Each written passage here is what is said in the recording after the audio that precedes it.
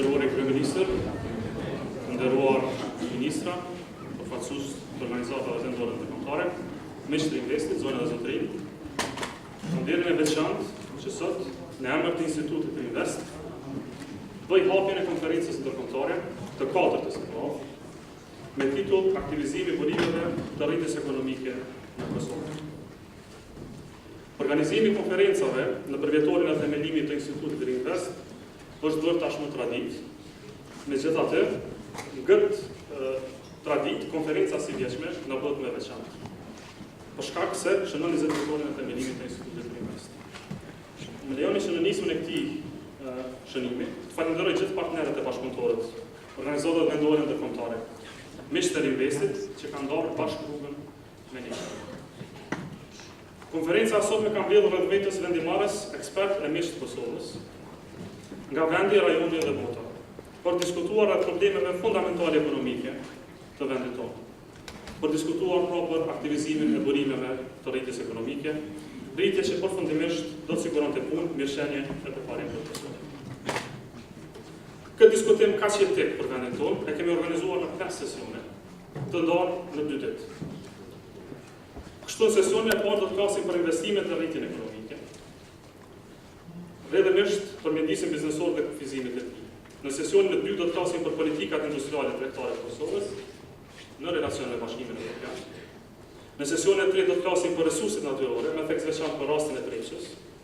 Ndërkaq në ditën e dytë do të kemi 2 sesione paralele. Do të flasim për parashikimin ekonomike dhe për institucionet financiare në veprim.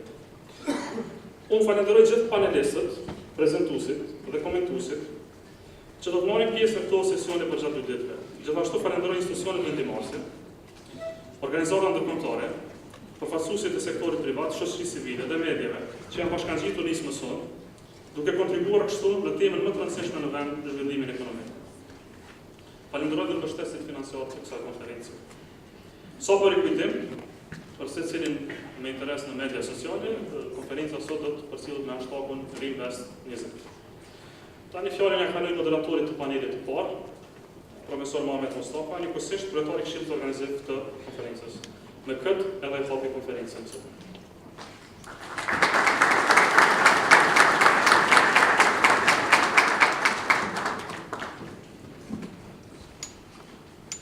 Faleminderit, Lumir, edhe përgëzime për stafin shumë të Investit për vjetorin konferencën. Zotëri Kryeministër, ministra, miq të Investit, tash po fillojmë me pjesën kryesore të konferencës. Çështja e rritjes ekonomike është çështja më e rëndësishme për Kosovën për të kaluar problemet e mëdha me të cilat është ballafaqur. Është një sfidë e madhe, por është një çështje e cila është në epicentër të programit qeveritar që është publikuar këtë ditë, dhe ne kemi nderin dhe kënaqësinë që sot e kemi Kryeministrin i cili do ta përshëndet konferencën dhe me interesim do të dëgjojmë propozimet e tij që natyrë do të trajtohen në konferencën nga kante të ndryshme. Ju falenderoj zoti Kryeministër.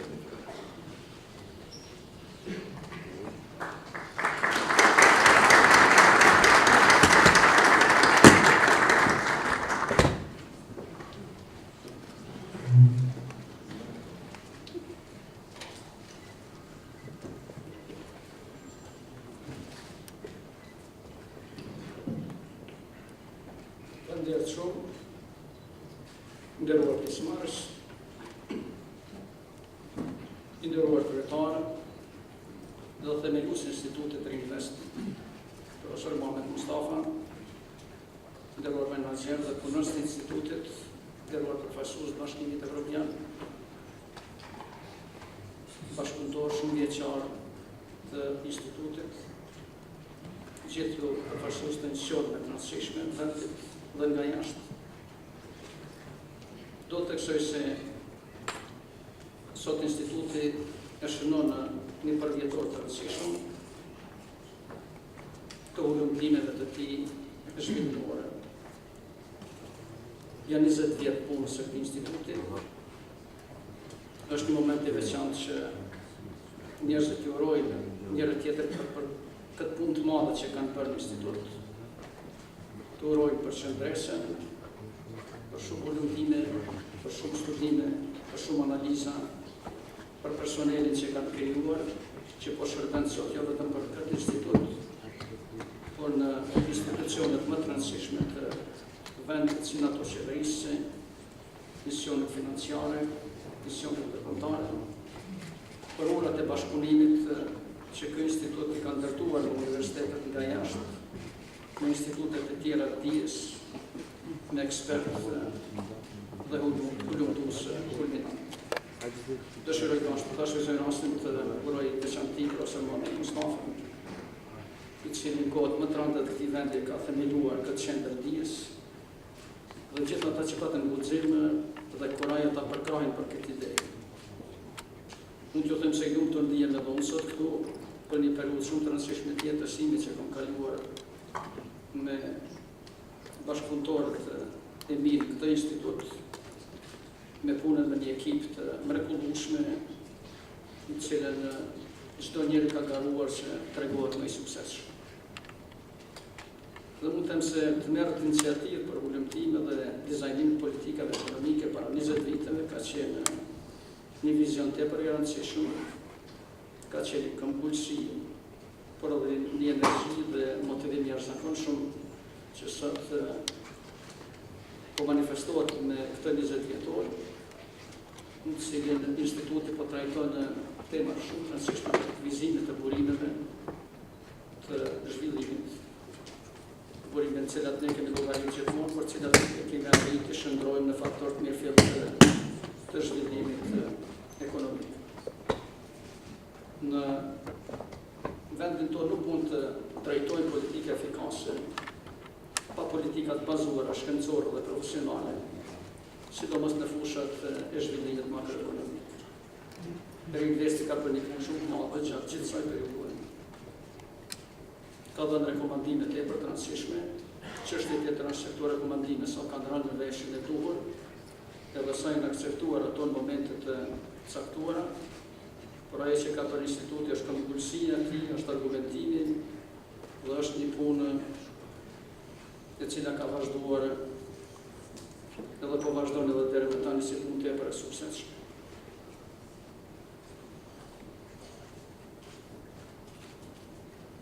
Qeverisja e vendit sot kërkon një bashkëpunim më të ngushtë me gjitha institucionet e dijes. Kemi nevojë të gjejmë zgjidhje për çështjet që na preokupojnë më shumë në këto momente. Këto çështje janë çështjet e rritjes ekonomike, çështjet e papunësisë lartë dhe gjetjes mundësive dhe perspektivave për punësim, çështjet e ekonomisë konkurruese, të nxitjes së zhvillimit të ndërmarrjeve të vogla dhe të mesme, të identifikimit të sferave të zhvillimit në cilat vendi ynë dhe njerëzit tanë kanë përparësi krahasuese në zhvillim krahasim me ekonomitë regionale, me ekonominë evropiane dhe atë botërore. Të kemi institucione të cilat krijojnë dije, të cilat ofrojnë cilësi, të kemi njerëzim të lartë cilësor, qoftë publik apo privat. Ne kemi përcaktuar drejtimet tona themelore. Kemi përcaktuar se do të punojmë politikat zhvillimore, të cilat korrespondojnë me vetin në mënyrë efikase. Qoftë në fusha të ndryshme ekonomike, qoftë në sektore të ndryshme, qoftë edhe korrelacione ndërmjet sektorit publik dhe sektorit privat, duke dhënë gjithmonë përparësi sektorit privat dhe nxitjes së këtij sektori, sepse kemi përcaktuar si sektor bazë të zhvillimit ekonomik. Pashtu na nevojitet një strategji e cila mundson një ndërlidhje shumë më të ngushtë të zhvillimit ekonomik dhe të forcimit të shtetit ligjor, sepse konsiderojmë se zhvillimi ekonomik e forcon shtetin ligjor, por edhe forcimi i shtetit ligjor pashtu është parakusht i zhvillimit ekonomik, i tërheqjes së investimeve të huaja direkte dhe i stabilitetit ekonomik teknik. Dëshirojmë pashtu që përmes dijes dhe përmes bashkëpunimit tonë me institucionet e dijes, siç është Instituti Riinvest, të kalojmë nga një situatë në cilën me kritikat përditshme e përdosim vetveten dhe nënçmojmë vetveten për dobësitë cilat po shprehen dhe të vim në një gjendje në cilën ne do të mburremi me sukseset tona dhe do të mburremi me përparimet tona. Në një situatë ku ne do të flasim për sukseset, do të flasim për përparimet e jo gjithmonë të cilësojmë vetën si të paftë, jo të mirë dhe me shumë dobësi. Unë konsideroj se një kontribut veçantë ky institut e ka dhënë në ndryshimin e vetdijes sa i përket konceptit ekonomik. Në institut për herë parë jemi ballafaquar me konceptin e zhvillimit demokratik ekonomik, që në kupton se nuk ka shoqëri të zhvilluar dhe shoqëri demokratike dhe demokraci të zhvilluar, nëse kjo demokraci dhe ky zhvillim nuk bazohet në marrëdhënie ekonomike. Këto janë konceptet që janë zhvilluar 20 vite në Institutin Riinvest. Konceptet që cilat fillojnë ta respektojnë iniciativën private dhe ndërmarrësinë më shumë se sa është respektuar deri më tani. Ka vlerësuar iniciativën private dhe përgatitjen e njerëzve që janë në gjendje të vetpunësohen. Ka përkrah privatizimin dhe shëndrimin aseteve të privatizuara në asetet vërtet ekonomike, cilat krijojnë vlerë të shtuar dhe krijojnë zhvillim ekonomik dhe jo vetëm shfrytëzohen si prona të atyre që kanë privatizuar, dhe ndërlidhin interesin e sektorit të prodhimit dhe sektorit të shërbimeve me sektorin bankar dhe me sektorin qeveritar, të krijojnë një klimë cilën ne gjithë do të mburremi për suksesin e bizniseve private dhe për pasurimin e këtyre bizniseve, dhe se gjithë ne do të luftojmë kundër pasurimit atyre që shfrytëzojnë paranë publike në mënyrë jo ligjore, por të mburremi me atë që pasurinë e tyre bëjnë bazë punës dhe në bazë iniciativës private. Qeveria ka përcaktuar disa prej orientimeve themelore zhvillimore. Ka përcaktuar interesin tonë që të rrisim normën vjetore, ekonomike, përkatësisht normën rritjes së brutoproduktit vendor, e cila do të mundësonte një normë punësimit që do të përfshinte fluksin e të papunëve që hynë gjatë vitet në tregun e punës, duke siguruar kushtet që më vonë të përfshihen edhe ata që sot gjenden në tregun e punës, përkatësisht bilancit papunëve që sot është në tregun e punës. Pastaj që me prioritet japim rëndësi resurseve bujqësore të cilat ne i kemi, përkatësisht burimeve bujqësore për zhvillim dhe jo vetëm sektoret primar të prodhimit bujqësor, por edhe përpunimit produkteve bujqësore dhe të ndërrojmë bilancin tregtar me jashtë dhe GDP-n mbi bazën asaj se do të importojmë më pak produkte të tilla dhe nëse nuk arrijmë që të eksportojmë sa ne dëshirojmë, atëherë do të arrijmë që të plotësojmë nevojat tona, të japim përparësi sektorit energjetikës, sepse nuk kemi energji të mjaftueshme në mënyrë që të përballojmë qoftë investimet e jashtme, qoftë nevojat e ekonomisë vijuese në vendin tonë. Përkrahim sektorin e IT-s, në cilin kemi burime shumë të rëndësishme njerëzore dhe të përgatitura.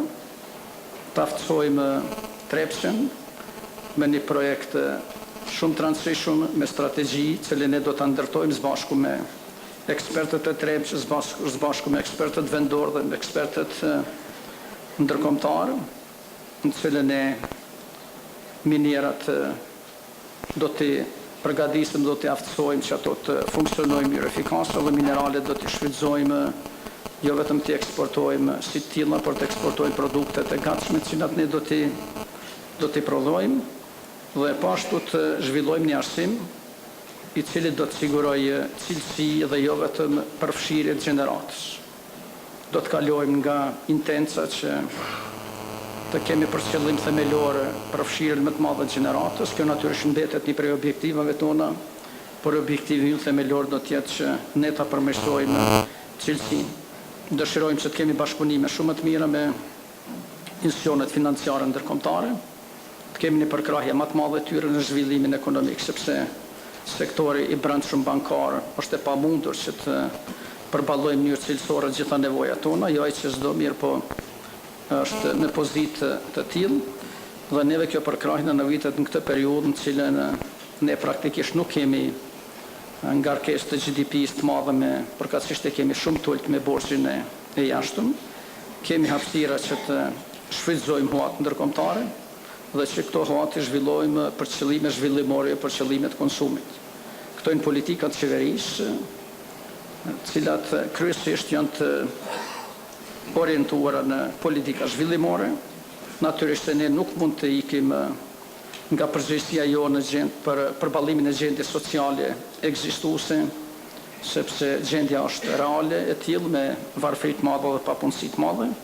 Mirë, po këtë varfëri dhe pasurinë dhe papunësi ne do të tejkalojmë me politika aktive sociale dhe jo me politika pasive sociale, jo duke ndarë ndihma, por duke siguruar vendet punës. Dhe unë ju uroj për këtë iniciativë që keni marrë, uroj që debatet që do të zhvillohen panelet do të japin përgjigje të merituara në shumë prej kërkesave që shtron shoqëria kosovare, jo vetëm qeveria, dhe që ky debat gjatë këtyre ditëve të jetë në funksion të zhvillimit ekonomik. Urime dhe sukses.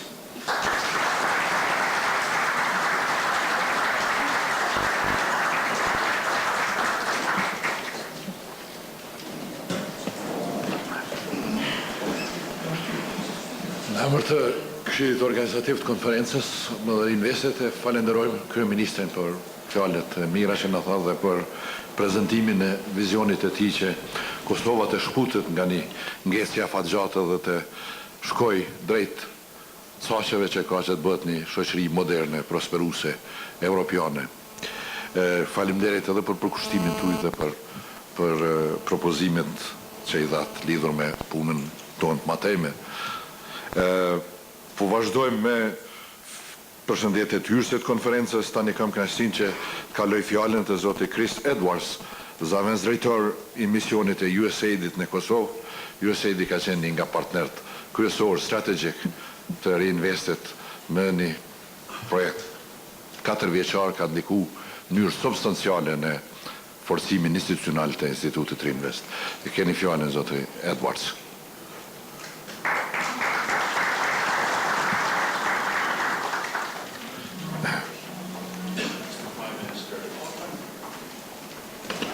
Mr. Prime Minister, Mr. Spogar, Mr. Abdixhiku, ladies and gentlemen, I'm honored to be here, to be with you today, and to recognize the long partnership that USAID has had with Riinvest. As one of Kosovo's first think tanks, Riinvest plays an important role in highlighting important issues that need to be addressed for the benefit of all of Kosovo's citizens. Today's conference addresses a topic that is vitally important to Kosovo's future.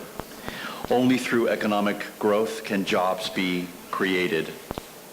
Kosovo's most important asset is its people, and unless Kosovo's citizens have meaningful jobs, this valuable asset will be lost. There's enormous opportunity today in Kosovo to create a better future. With a renewed effort on reform and easing of the business environment to operate, the private sector will then expand and provide increased job opportunities. The United States government is confident that with the right commitment of those in leadership positions here today, those dreams will be realized. Again, I thank you very much for honoring me with your presence, and I wish you a very successful conference. Thank you.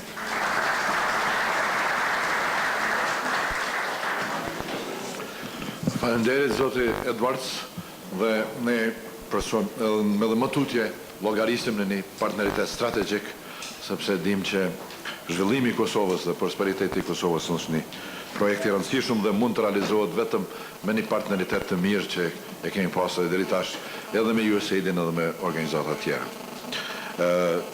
Fjalën tash i kalojmë tek Thomas Gnocchi, udhëheqësi i seksionit për politikë, ekonomi dhe integrim në Komisionin Evropian.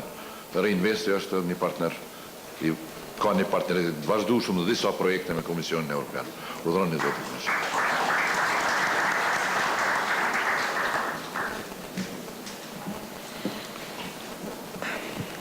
Thank you very much, Professor Mustafa.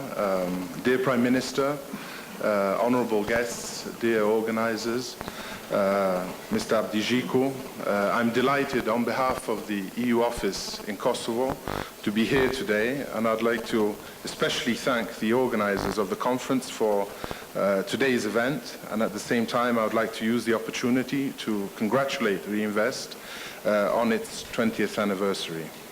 2 months ago, at the day-long joint retreat, which we co-organized together with the World Bank and the government, we've discussed, together with the Prime Minister and relevant ministers, the key priority areas for sustainable economic development in Kosovo. And these are private sector development, energy, agriculture, fiscal policies, and last but not least, education. It was our common impression that we in the European Union and the government of Kosovo share the same vision of what is needed and what must be done for the promotion of Kosovo's economic prosperity. Still, it is a primary job of the Kosovo government to ensure the implementation of theoretical visions and strategies and apply them in practice. If the government wants to be successful in implementing economic reforms and policies, then it should do it in an all-inclusive way, involving civil society, municipalities, businesses, foreign investors, and academia. Without a broad engagement and support of all these actors, implementation of economic reforms will simply not be possible. This event today contributes to this process. Once again, as the EU, we would like to emphasize that Kosovo should redouble its efforts to, first of all, adopt a holistic approach to foreign direct investment that anchors supportive policies in a strategic framework and focuses on removing existing obstacles such as complicated and non-accountable bureaucracy, widespread corruption and informalities, an inefficient and overloaded judiciary. Improve the business environment, promote private sector development and added value sectors. Strengthen capacities and the efficiency of the judicial system and clear the backlog in the courts. And finally, improve the quality of education.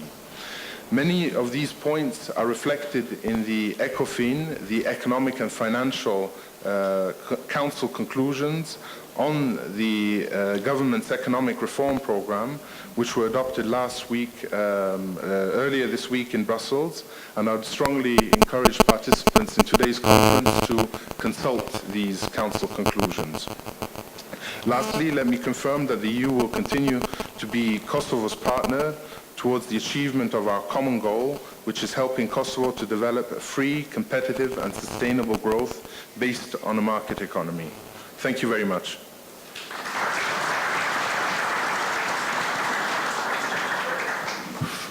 Faleminderit zoti Gnocchi për urimet edhe për gatshmërinë që të punojmë bashkë në realizimin e këtyre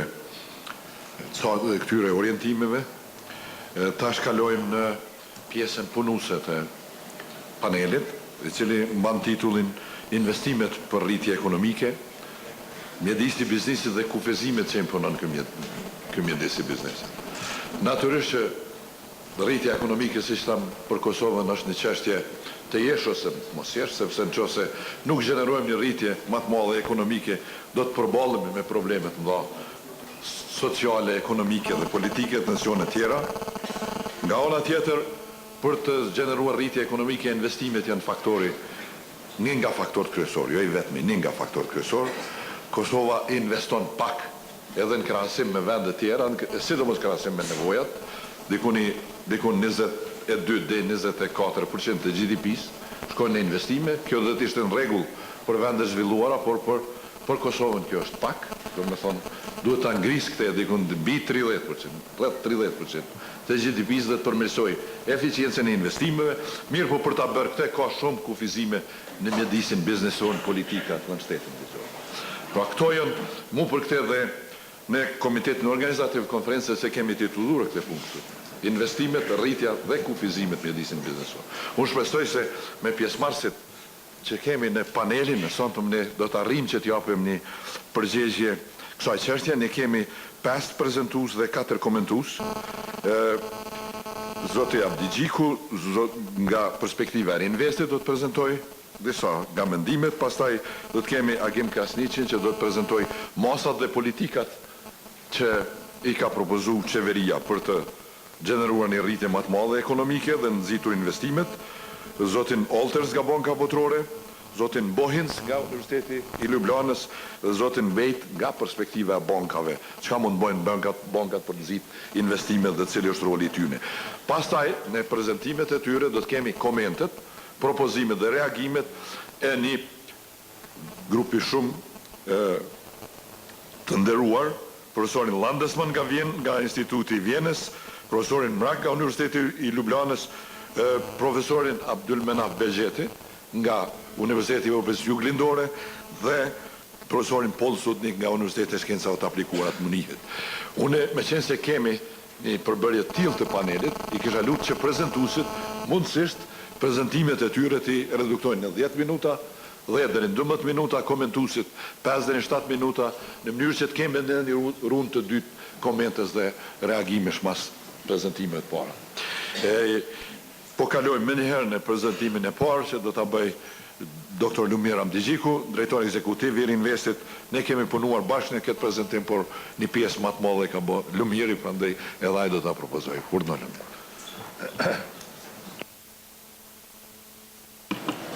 Faleminderit. Ju premtoj që kjo është hera fundi që dalë këtu.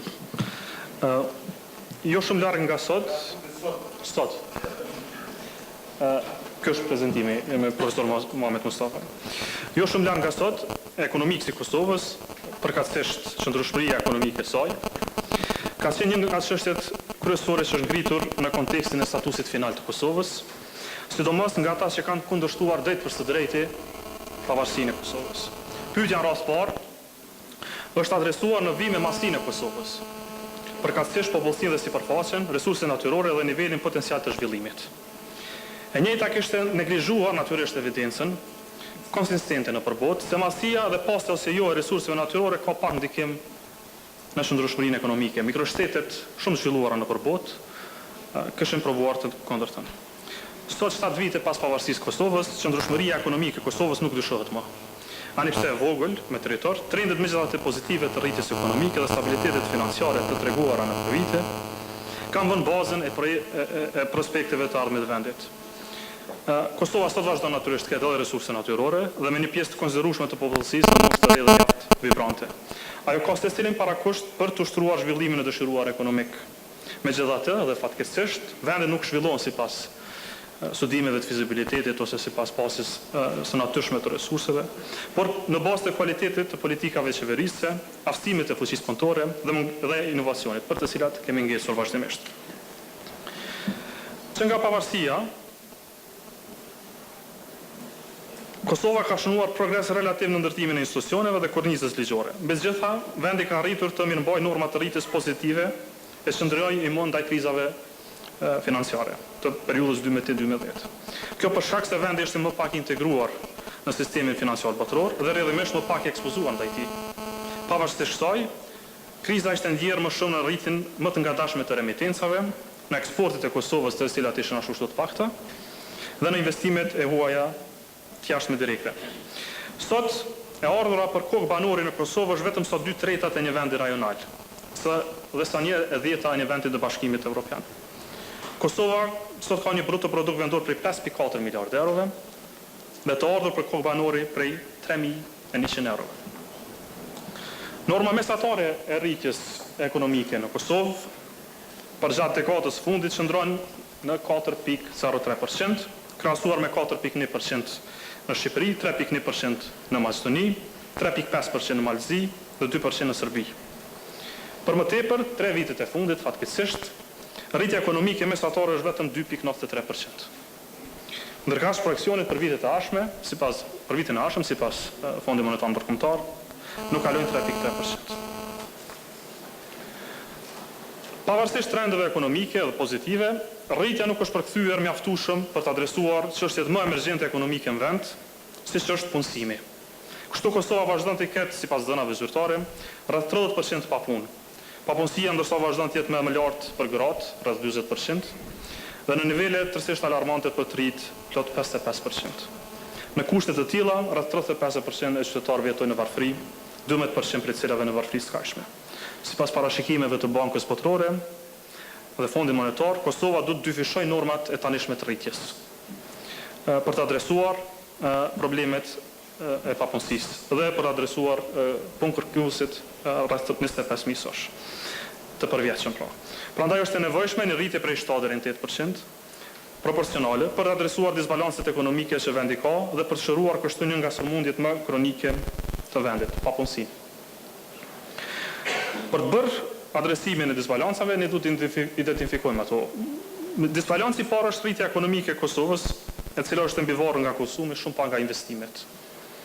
Kështu, proporcioni i konsumit në bruto produktin vendor është plot 107%, sipas Bankës Qendrore, dhe në trend rritjes. Vetëm 3 vite më parë, pjesëmarrja e konsumit në bruto produktin vendor ka qenë 91%. E përgjatë vitit 2014, sipas Bankës Qendrore të Kosovës, përderisa konsumi ka shënuar rritje, niveli i investimeve ka shënuar rënje për 11%. Varësia ekonomike e Kosovës në konsum dhe investime publike ka bërë që edhe potenciali i rritjes ekonomike të Kosovës të kufizohet në norma mesatare të 3 viteve të fundit, përkatësisht tek 3%, sepse në pamundësi të rritjes së investimeve publike si proporcioni i bruto produktit vendor më tutje, është dhe janë sektori privat dhe investimet private, ado që do duhet të shpërfaqnin potencial dhe të merrin primat. Investimet private, fatkeqësisht, vazhdojnë mbesin në nivele të pavarëjshme për dërguar normën e rritjes në nivele të dëshiruara. Madje investimet e huaja të jashtme, investimet e huaja direkte, si pjesë të tyre, pra si investimeve private, përgjatë vitit të fundit kanë shënuar nivelin më të ulët regjistruar që nga viti 2007. Në vitin 2014 ato kanë shënuar rreth 193 milion euro. Janë zhvogluar për 25% krahasim me vitin 2013. Nivelin e tanishëm disbalanci i dytë është se Kosova vazhdon të ketë varësi të madhe në import dhe rrjedhimisht deficit lart tregtar. Sipas doganave të Kosovës, vitin 2014 niveli i deficitit tregtar në Kosovë është rreth 2.1 miliard euro. Përderisa importet kanë arritur në 2.5 miliard euro, rrjedhimisht 41% të bruto produktit vendor. Me nivelin e tanishëm të varësisë, ajo pak vlerë e krijuar në Kosovë vazhdon të eksportohet si para gatshme jashtë në këmbim të mallrave dhe shërbimeve që mund lehtësisht të zaventësohen në Kosovë. Disbalanci i tretë është ndërlidhet me kompozicionin e sektorial të outputit kombëtar. Sipas Agjencisë së Statistikave të Kosovës, aktivitetet e sektoreve ekonomike, si proporcion në GDP në Kosovës, kanë mbetur të pandryshueshme. Bujqësia, prodhimi e shitja me pakicë vazhdojnë të mbesin në stadin e njëjta të kryesorët, pra përparësit kryesor që nga viti 2008. Në këtë vit, niveli i prodhimit në 2014 si pjesëmarrje në GDP është po i njëjti me nivelin e vitit 2008.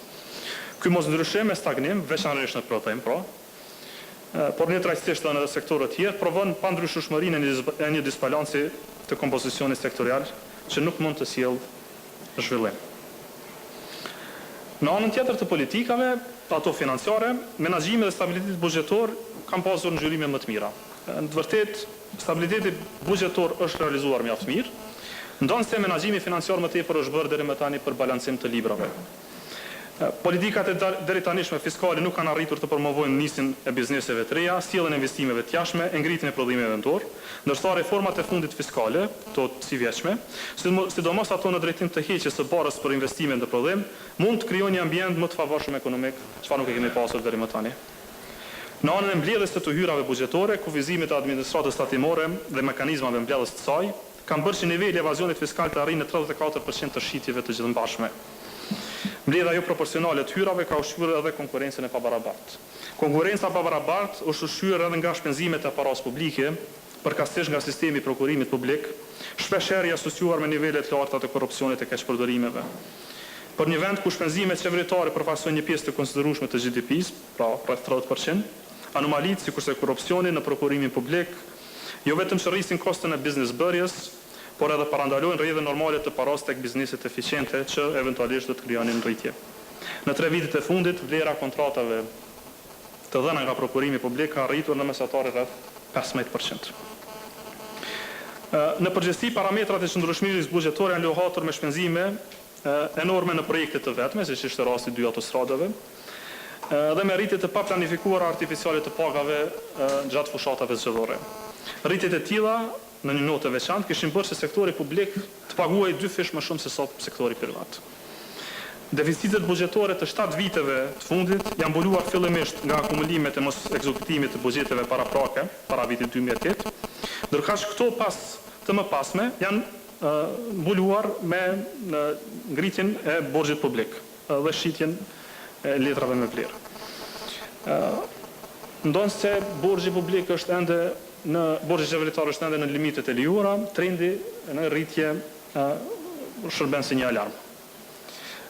Sepse rritja vazhdueshme e tij ngrit sesimet e para të qëndrueshmërisë afatgjate, fillimisht të qëndrueshmërisë, por të eficientës së marrjes së borxheve për projekte që nuk kontribuojnë në rritje. Atëherë, cilat janë barierat kryesore të rritjes së investimeve private në Kosovë?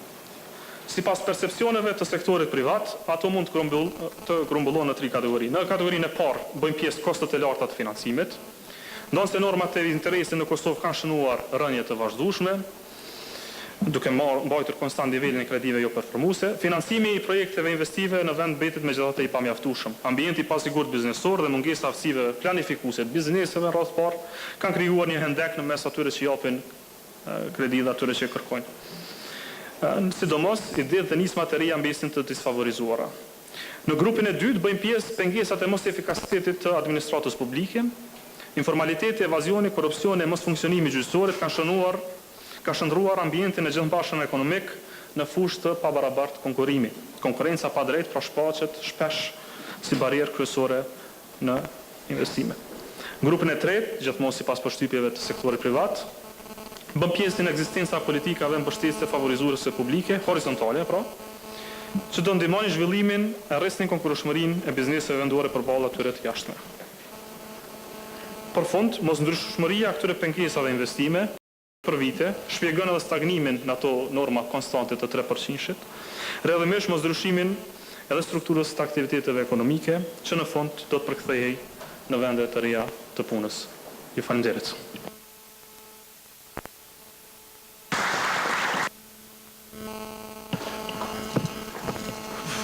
Falenderit, Lumir. Pas perspektives se kem nga think tank, ashtu thëmë pavarur, dhe të kemë dhe perspektiven e qeverisë dhe prezentimin e politikave që qeveria këto ditë po propozon. Dhe kemë kënaqësinë të japim fjalën zotëria Gim Kasnisit, zavendës Ministri i Financave.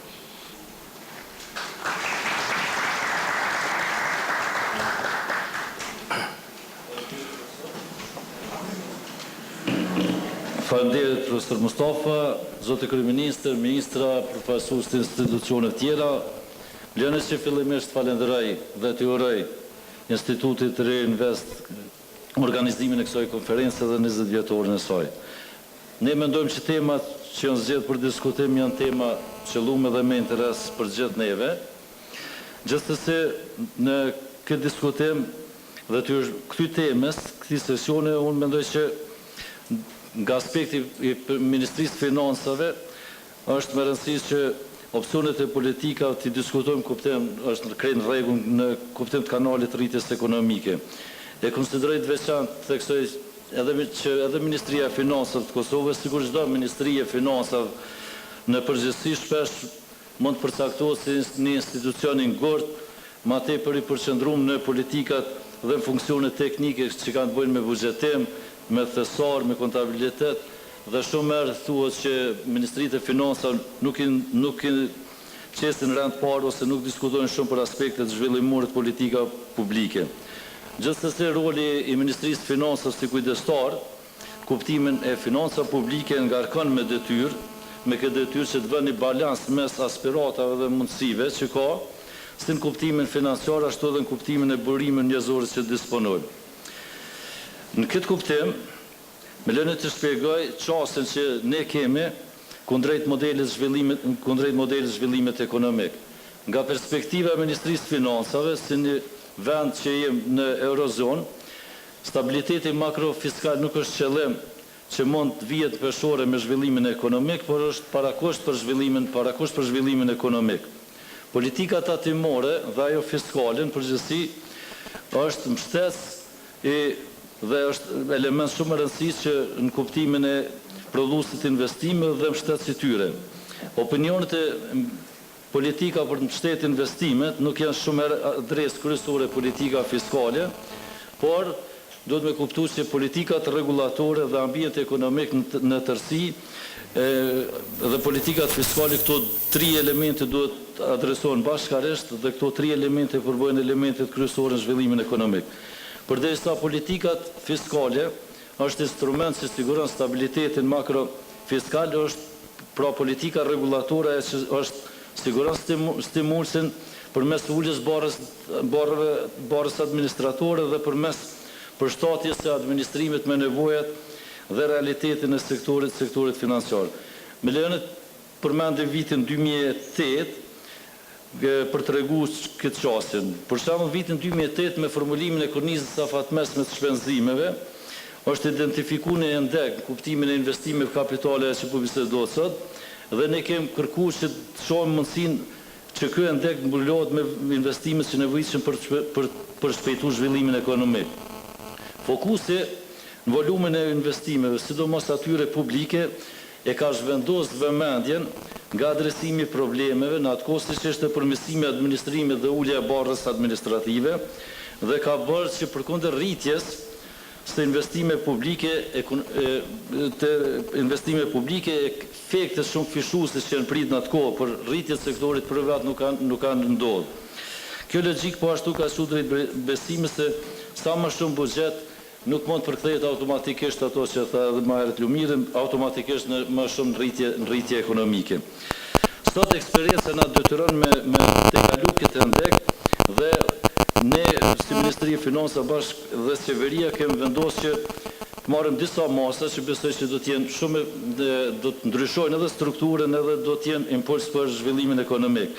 Ne kemi zbrit monopolin ose kemi zhvër monopolin e licenca për pajisje me arka fiskale, kemi ngrit në 100% gamën e deklarimit online të tatimeve, kemi aprovu udhëzimet administrative që kërkon që çdo iniciativë e re brenda qeverisë duhet të ketë kustimin dhe arsyetimin e thokë për këto iniciativa, kemi optimalizuar si qeveri radikalisht shpenzimet që kanë të bëjnë me mallra e shërbime, pra shpenzimet operative, në mënyrë që të lejojmë më shumë hapësinë për investime dhe ato kryesisht për investime produktive.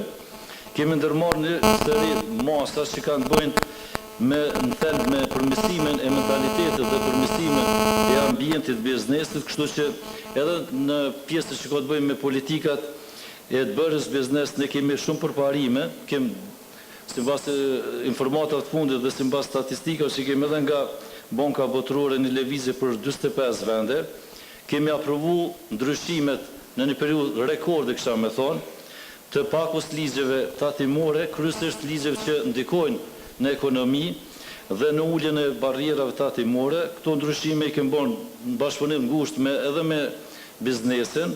Kemi lehtësuar dhe kemi gjitha procedurat që kanë të bëjnë me mbylljen formale të biznesit nga aspekti tatimor dhe që është shumë e rëndësishme ne si qeveri e kemi shumë qartë që krahas këtyre kufizime buxhetore, krahas kufizime fiskale me cilat ne përballemi, ne po tentojmë që këto kufizime realisht mbesin për pjesën që ka të bëjë me shpenzimet operative, po njëkohësisht krijojmë bashkarisht edhe si qeveri, po edhe me partnerë tjerë për të rritë gamën e investimeve që sigurojmë një strategji investive cila do të jetë jashtë një rregullet që kemi të përgjithshme në kuptimin e rregullës fiskale, në mënyrë që agjenda zhvillimore e Kosovës të mund zhvillohet, të mbështet edhe në atë që Kosova është një prej vendeve pakta në Evropë dhe ma gjonë që ka në raport mes borxhit publik dhe brutoproduktit vendor në nivel shumë atolt,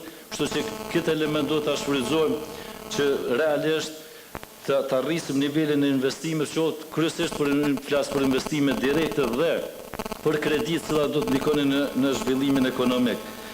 Në kuptimin e dokumentet qeveritare, ne kemi përgatit programin ekonomik për reforma, i cili është një program që është përgatit për herë të parë edhe është dërgu në bashkëpunim me Komisionin Evropian. Këti programi shumë shpejt do t'i bashkangjesim edhe programin kombëtar, i cili program kryesisht do të mblej elementet që rrjedhin nga programi qeveritar dhe që përfundimisht ne kuptojmë si qeveri dhe jem të punu që qeveria në kuptimin e ofrimit shërbimit që ka për qytetarët dhe bizneset, në bëj lehtësira në kuptimin që aty në t'ju kurse edhe kohën edhe mundin edhe investimet, po njëkohësisht qeveria e ka parasysh dhe me këto politika që ka fillu dhe me politika që do të vinë në VM, kuptimin edhe politika fiskale edhe tatimore dhe në kuptimin edhe të elemente regulative që rregullojnë çështjen ekonomike, ne t'jemi në funksion zhvillimit ekonomik dhe gjithsesi po në funksion të realizimit dhe të rritjes stabilitetit makrofiskal, po gjithsesi edhe në funksion zhvillimit ekonomik, sepse për neve është shumë e qartë sado që të rriten investimet publike. Dhe sot investimet publike në raport me shtetet për rreth,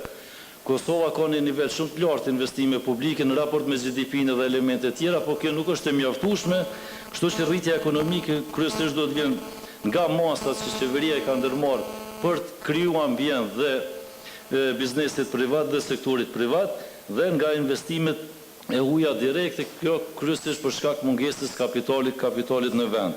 Këtë kuptim, ne mbështesim edhe këtë iniciativë dhe besoj që me kontributin tonë do të mund të japim kësaj konference edhe përgjigjes që mund të rrjedhin më tutje. Faleminderit.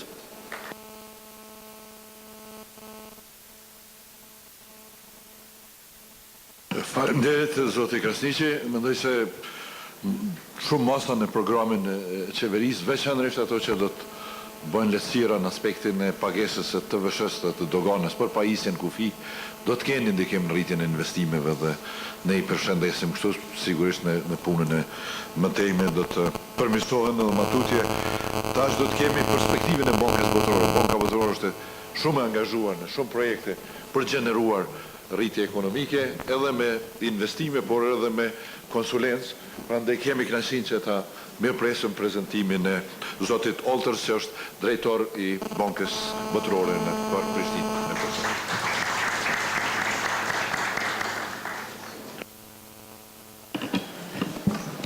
Thank you very much.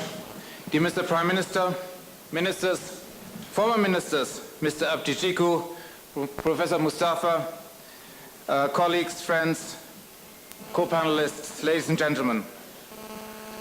Austerity versus growth. This has been and still is intensely debated in Europe and elsewhere. But ultimately, with related decisions to be taken in dynamic and global contexts being far more complicated than economic models could handle, the austerity growth debate seemed to have alluded to an ultimately deceptive policy dilemma for governments in search of appropriate responses to the respective fallouts from the global financial and Eurozone crises. This complexity is reflected in unclear correlations. Neither have countries with high budgetary deficits escaped economic recessions in the post-2008 context more quickly than those that have paid more attention to the longer-term implications of Keynesian counter-cyclicality, nor have those with more prudent fiscal policy stances slid even deeper into economic misery. This is as true for countries in the European Union as it is in the Western Balkans. Kosovo, of all places, has intuitively understood that the link between budgetary deficits and socioeconomic development objectives is considerably more complicated than the simple austerity growth dichotomy. And to the country's credit, for the most part, it has conducted fiscal policies consistent with this understanding. Clearly, one important factor in this outcome has been the fact that Kosovo never had a real choice in this. Classical instruments of macroeconomic stimulations are unavailable to its policymakers. As Kosovo has adopted the euro as its sole legal tender, the central bank is precluded from any attempt to boost growth by monetary or exchange rate policies. Similarly, the Minister of Finance, as has just been outlined in the Ministry's, Mr. Krasniqi's address to you, is restrained with very tight constitutional and legal ropes from adopting an expansionary crisis response or from attempting a macroeconomic shortcut approach to development. In fact, it has been the election-inspired decisions to increase aggregate demand by introducing new social benefits to political prisoners and war veterans, increasing public sector salaries, and committing to new large-scale investment projects in the transport sector that are the root cause of the fiscal challenges faced by today's government and are risking a pro-cyclical policy stance in years to come. There are very few countries with a similarly tight fiscal framework, and any attempt by the new government to define own policy priorities runs into binding legal and constitutional constraints.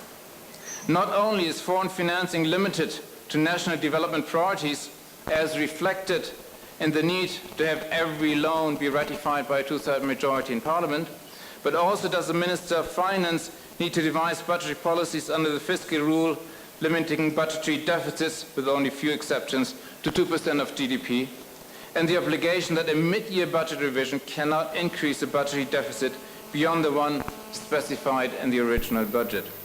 This has direct impacts on today's policies.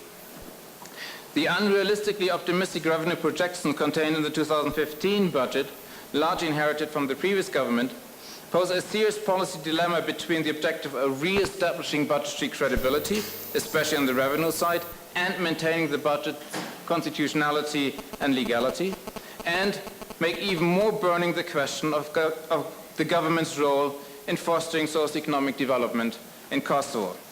In this audience, it is, I am convinced, well understood that Kosovo's economy, while having recorded consistently solid growth rates over the last decade, maintained macro-fiscal stability with average budget deficits of less than 2% of GDP during the 2008-14 period and a stock of public debt of less than 11% of GDP, and developed a healthy, liquid and profitable banking sector, has not succeeded in generating economic perspectives for discouraged job seekers and unemployed, especially for women and youth. But it is not only the legal and constitutional constraints that prevent Kosovo from using expansionary fiscal policies as a macroeconomic policy tool for stimulating aggregate demand and fueling growth. Even if we assume that none of these restrictions existed, the structure of Kosovo's economy is such that it would not work if attempted. In fact, the 25% increase in public sector salaries, a miniature version of the Friedman-esque helicopter drop, has not resulted in a measurable acceleration in growth, largely because of Kosovo's exceptionally narrow production base and consequently high rate of import dependency.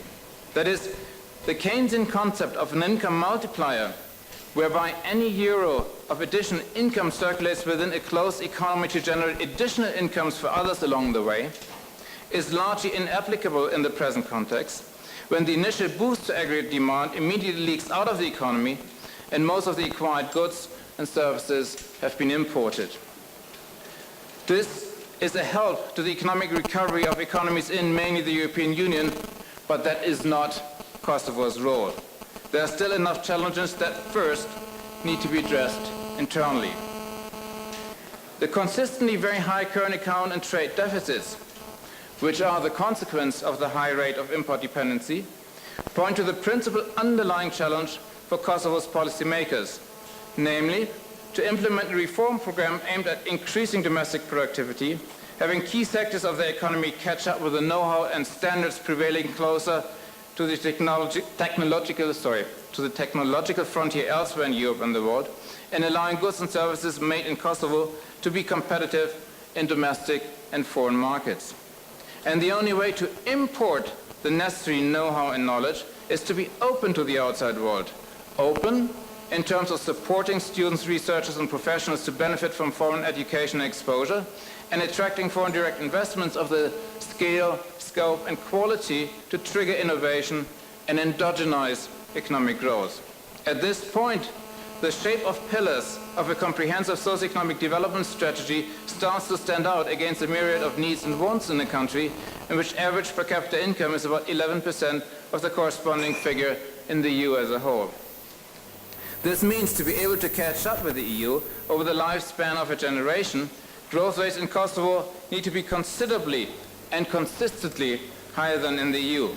The first implication, of course, is that any development strategy, growth plan or economic model aimed at increasing Kosovo's living standards to levels prevailing elsewhere in the EU has to be much longer term in nature than any government's term in office, and needs to rest on the foundations of a core consensus among the various competing political groupings, irrespective of whether they are currently inside or outside government. That said, for a long-term growth strategy to be sustainable over several changes in government, it has to rest on an institutional foundation that accompanies the resultant changes and buffers social tensions. Experience has shown that effective social policies need to assure that the inclusiveness of benefits across the entire income distribution. The mining sector, for example, cannot be developed without a resettlement policy that will not leave affected households worse off. Energy generation can only be secured if prices remain affordable and social and environmental challenges are addressed up front. And privatizations need to ensure the safe transition into alternative employments of those employees whose skill sets does not match the requirements of the new owners. Within this context, the principal pillars of a comprehensive long-term growth strategy that is to effect catch-up growth with Europe, increase productivity in key sectors of Kosovo's economy, and generate ample, high-quality and well-paying employment opportunities, as I see them, look as follows. First, education, and here with a particular focus on the quality of education. There's a solid body of empirical research that shows that it is the quality of education, not university degrees per se, that has a powerful effect on an individual's and in the aggregate on a country's growth and development potential. In the end, a country's distribution of income tends to be correlated to, if not caused by, the distribution of skills. Second, the rule of law, investment climate, and effective government. For the private sector, domestic and foreign, to choose Kosovo as a preferred location of economic activity, it needs to have the confidence in the future, in the rules of the game, including their enforcement, and the ability to project with a sufficient degree of accuracy the costs and benefits from any economic activity. Do households see a future in the country? Can the private sector be enticed to invest? In this, Kosovo has the benefit that a serious policy agenda aimed at reinforcing the functioning of government and strengthening the investment climate will help to achieve the country's two overarching policy goals at the same time, namely to accelerate European integration and to advance socio-economic development. And last but not least, infrastructure, especially in energy. This could be a very long discussion, but I'll keep it short. Kosovo needs to upgrade its highly inefficient, polluting and fragile energy generation capacities to achieve energy security, ensure energy affordability, and minimize and manage the related environmental and social impacts. Contrary to the transport sector, current plans of energy sector infrastructure investments rest on a public-private partnership. I will not hide the fact that the challenge of implementing a comprehensive, multi-pronged energy strategy in line with the EU's environmental acquis communautaire has proven exceptionally complex, but recent developments allow for cautious optimism. Midterm success in these three areas have the potential of transforming Kosovo's economy and opening the doors for serious interest in the largely stunted manufacturing industrial sectors. They all require a strong focus and a cross-the-aisle commitment on corresponding reforms to strengthen the overarching legal framework and/or the implementation of relevant laws, reinforce responsible public institutions, and assure transparency, access, and inclusion. Conceptually, it does not seem impossible to design, devise, and implement a comprehensive long-term growth strategy with which to improve the very difficult situation on the labor market tangibly.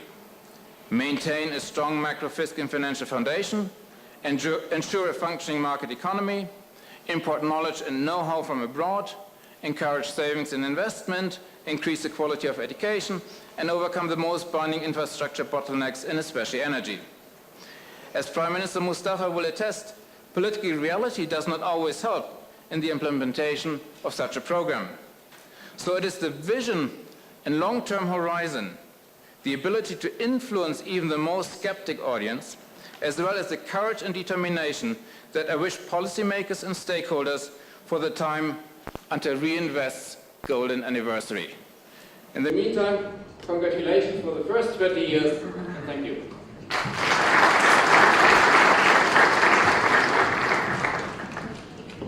Faleminderit shumë, Zotë Votës.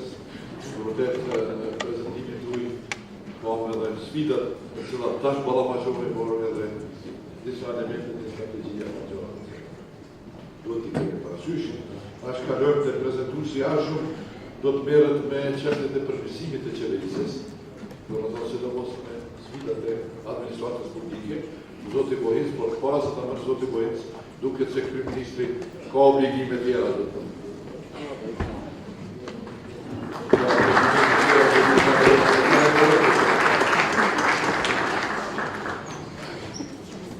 Zoti Bojec e keni fjallë.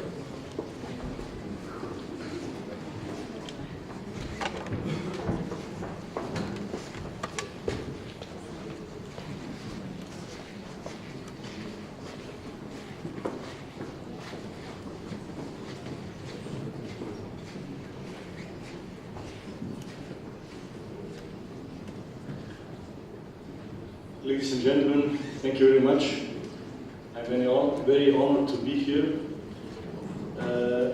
First of all, let me join to all of you who are these days congratulating Riinvest for 20 years of existence. My focus today will be public administration, how to achieve friendly environment for economic growth, for foreign investments, for creation of new jobs through efficient and rational organized public services. Public administration in the European Union ranks among 5 most important tasks to support economic growth and development. Why? To provide support and assistance to the government for viable strategies in this field, for appropriate measures, and of course for faster and sustainable economic and social development and long-term growth. Business entities need for their competitive performance efficient, cost-effective and high-quality public services. A lot was done so far in Kosovo as far as public administration reform is concerned. Strategy was approved in 2010, but unfortunately it expired in 2013. So new strategy of public administration reform, modernization and development is needed in order to improve public services in consistency with the principles of good governance. Let me share with you a few fields of necessary operation as far as public administration is concerned. I would put in the first place efficient, transparent and consistent organization of public rather than state administration on central and local level. So efficient organization. The problem is that Kosovo has not yet completed its reorganization in accordance to the expired strategy. The law on state administration was not implemented in real life. There are too many organizational forms of of organizational units, too diversified, inconsistent organizational structures, and so on and so on. So what would be the priority as far as the organization is concerned? First, the approval and implementation of the new law of public, again, rather than state administration, to introduce transparent, rational organization on central and local level in the broader public sector, using the same organizational standards for all public law entities. There are a number of different types of agencies, independent bodies, central state administration bodies, and so on, and lack of transparency on this field. So this should be overcome by new legislation. Second field, the objective would be efficient use of human resources, professionalism, and development of skills of all employed in public administration. Unfortunately, human capacity building system for civil servants is still weak. There is lack of accountability, motivational mechanisms, and in addition, civil service system and civil service salary law system, it was mentioned today several times, they were approved but not yet implemented.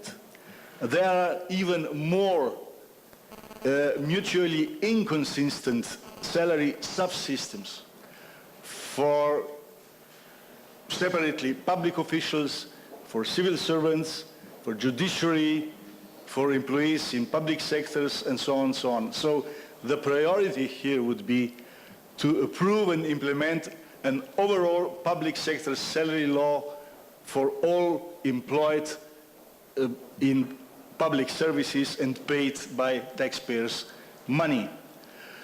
And in addition to this, to improve skills in this field, my recommendation would be to approve as soon as possible public administration training strategy and to implement mandatory training and examination for certain categories, most categories of civil servants like senior, managerial, and those who communicate with the European Union.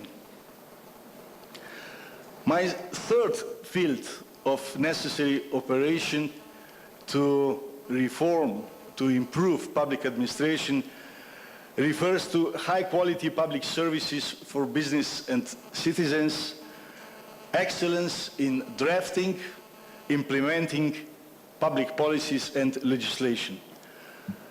Priorities here would be to introduce modern European Union approaches that are known in the European Union countries already, like better regulation, like regulatory impact assessment, like standard cost model, reduction of regulatory burdens, simplification of regulation, total quality management, and so on and so on. The goal here would be to create conditions for a responsive, effective, efficient functioning of public administration, which is oriented to the user. Fourth field of necessary improvement refers to administrative procedure law. Unfortunately, this law is under preparation for years and has not yet been approved. So the priority would be to finally approve this law, which should be based on rule of law, modern democratic approach in relation between business administration and citizens, and start with its implementation by special trainings all over Kosovo public administration to enable public servants and civil servants to run administrative processes. And this type of trainings should be mandatory and examined. In addition to this law, it is also legislation referring to monitoring of public administration services. It has to do with the inspection legislation, especially administrative inspection, which also should be approved in the government as soon as possible. My fifth field or objective refers to e-services, to digitalization and interoperability of IT databases and services.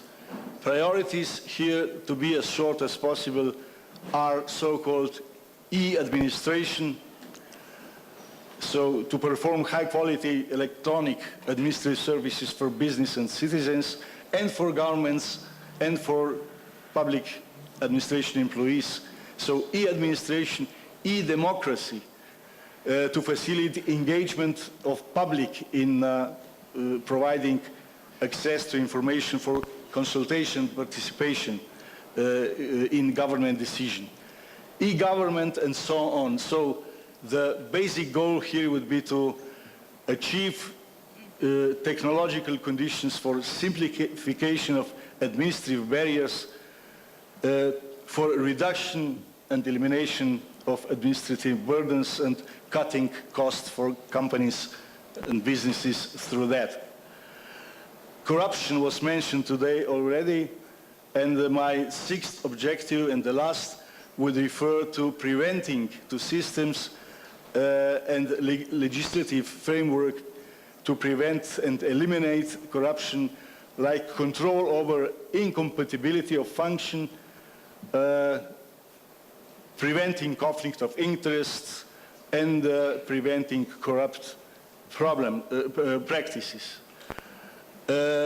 My recommendation here is to introduce so-called integrity planning, which is a method known in the majority of EU countries. This is a method to strengthen the rule of law, integrity, transparency, preventing corruption, eliminating conflict of interests through planning in each public institution, making plans of risk assessment and necessary measures of this field. And in addition, permanent assessment of the quality of the legislation and improvement of this legislation in the field of anti-corrupt and integrity is also necessary. This was six fields where necessary reforms should continue. Due to the time limit, I would like just to mention two more items which are not connected with public administration reform so much, but it have a very important influence to the economic growth and investment. And the first should be Kosovo company law. Kosovo company should be, to my understanding, substantially revised in order to approximate it to the EU acquis. The implementation of several directives and other legal acts of European Union is necessary, especially in the field like disclosure and publication of company data and balance sheets, interconnection of business registers, different types of capital requirements, accounting standards, corporate governance issue, and so on and so on. So my recommendation would be to start with a revision of this field of law in achieving harmonization with EU acquis. And last, only title, state-owned enterprises, very important topic. There is a criticism in a recent study of EBRD referring to appointment of board members and deciding on policies of the company, like political influence is here a very important issue. So priority would be to implement, to revise this legislation and to implement OECD principles of corporate governance for public-owned enterprises on separation of regulatory from ownership competencies of the government in this field. Thank you very much. Falenderojmë zotin Bohins. Mendojmë se përmirësimi i qeverisë, eficienca e institucioneve është një çështje shumë e rëndësishme dhe edhe ky prezantim në mënyrë komplementare ka pasuru të themi ashtu krijimin e një skene ku mund të shohim cilat janë problemet e rritjes ekonomike, por nga kondi komentuesve tonë, por para kësaj ne kemi kënaqësinë që të dëgjojmë një prezantim nga zotri Robert Wright, i cili është kryetari i bordit të shoqatës së bankave në Kosovë dhe drejtor i bankës Raiffeisen në Kosovë për problemet e rritjes ekonomike dhe investimeve nga kondi i bankave. Dhe në këtë mënyrë do ta kompletojmë mozaikun ngadalë.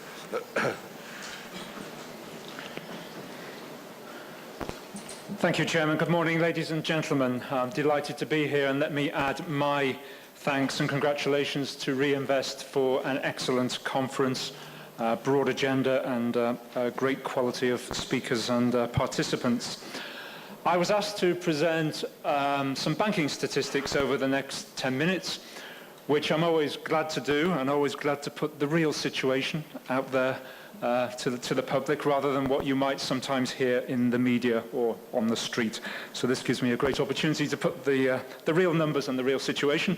I also will spend the last couple of minutes of my 10 minutes just raising a few more controversial issues about the challenges and opportunities for the banking industry. But let's start off with some positives. The banking industry has never had more deposits or more loans than it has currently in Kosovo. 2.5 billion of deposits sitting in the banks and almost 1.9 billion of loans. This was at the end of 2014. That positive trend has increased and continued into 2015. I should add as well that deposits, there are over 2 billion euros of diaspora deposits sitting in Swiss and German banks. Imagine if we attracted that diaspora money back to Kosovo as well. Whilst it's positive, it's actually a problem for the banks. We want to lend those deposits. We don't like them sitting in our bank in a way. It's a cost. We want to lend, and it's the opportunities for lending that excess liquidity that we can come back to later. Non-performing loans, bad debts, 8.2% as at the end of 2014, improved slightly on 2013. Again, an excellent number. I should add though, underneath that 8.2% is a wide range of non-performing loans by segment. Our private individual market in this country is not heavily exposed to mortgages and large debts and foreign currency lending like some of our regional colleagues. And so the private individual bad debt is around 2%. NPL is around 2%. The small and medium enterprise non-performing loans are around 20%. So that 8.2% hides quite a wide range underneath. And the business sector, in particular the small and medium enterprises, is where the non-performing loan problem is. And look at us compared to the region there on the slide. Albania has a non-performing loan of 23%. And again, if you take that comment I've just said about the range underneath that, they've probably got some micro businesses or micro sectors at 30, 40%, if the average is 23. Serbia, 23% NPL, Montenegro, 12%, Macedonia, 17%, Bulgaria, 15%. So we have an excellent non-performing loan. Why is it low? It's because perhaps we are prudent, we are careful, we are nervous about going to some parts of the economy. I wouldn't mind a higher NPL if I had the confidence in recovering those non-performing loans.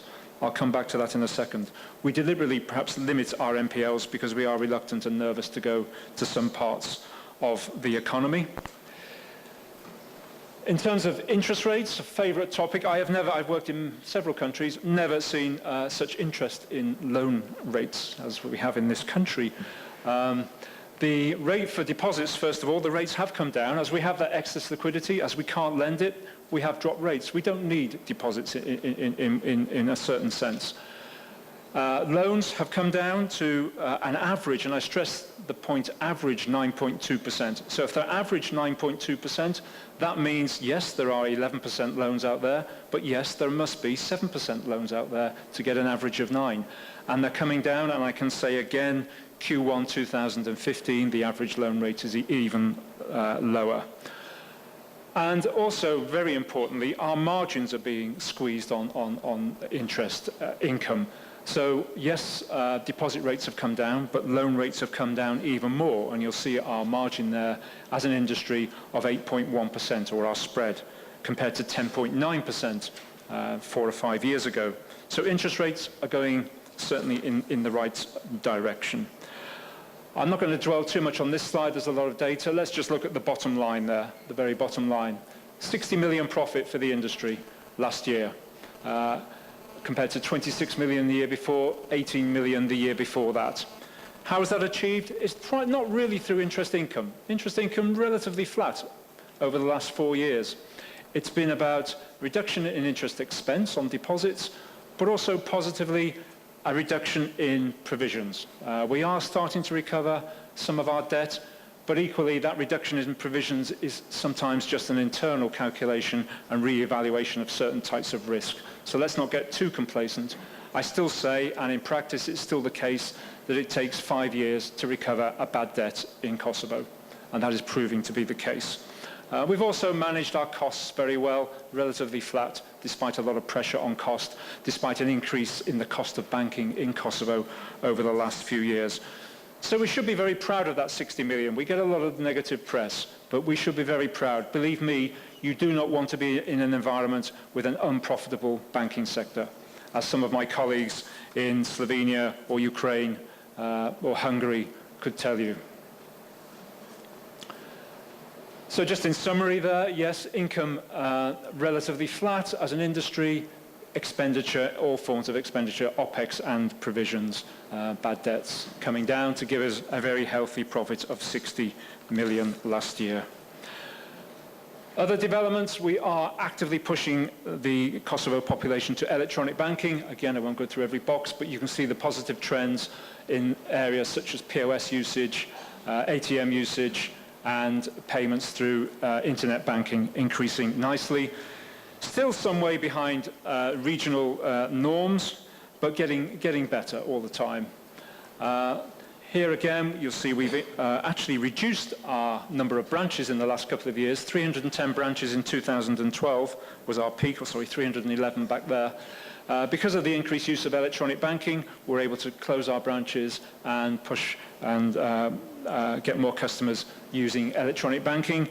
Regionally, though, we're still lag behind. Just to put it in perspective, we have 498 ATMs in the country for a population of 2 million. Macedonia has nearly 1,000 ATMs for a similar size population. Albania has 900 ATMs, again for a similar size population. On POS terminals, there is a lot of retailer reluctance to use them. Again, put it in perspective, we have 9,000 POS machines. Macedonia has 39,000 POS machines. So some way to go with electronic banking, but the trends are positive. Looking now at one or two more controversial issues, why are the KPIs not even better in the banking industry? They're good, but they could be better. You've seen this before, it's often quoted, but they are real factors in limiting some developments in the banking sector. These are the World Bank rankings in June 2014 for doing business in Kosovo. Overall, the ranking is reasonable with our neighbours, but where it starts to become a challenge is in enforcing contracts and resolving insolvency. Getting credit, very, very good, ranked 23 in the world to get credit. One of our challenges is a very competitive neighbour in Montenegro, ranked 4 for getting credit, ranked 36 overall for doing business. And so that question of why Kosovo and why not Montenegro is a separate discussion, but it is we have a very challenging neighbour.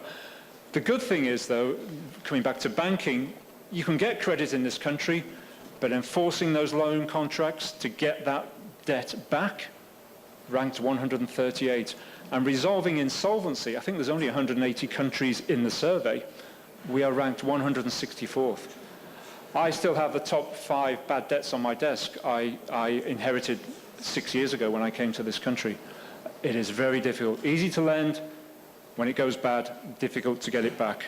A key challenge, not just for the banking industry, but for Kosovo in general. Other challenges on final slide, second to the last slide. Of the 9 banks in this country, 7 of the banks are international. And you probably don't appreciate and realize just how much pressure we have in aligning regulations, supervision, and things like capital management, given the pressure we get from our parent organizations in Austria, Germany, Turkey, wherever that might be, increased pressure from the European Central Bank, from European banking authorities in areas such as Basel II, Basel III. That trickles down on the ground here to being quite a challenge to lend to Kosovo community what they really want. We want to do mortgages, or my head office want to do mortgages in Kosovo. It's safe, it's secure, it has a low, what we call risk weighting. But the market here for mortgages, it's tiny. We can't do mortgages. That sort of dilemma is a factor in the banking industry at the moment.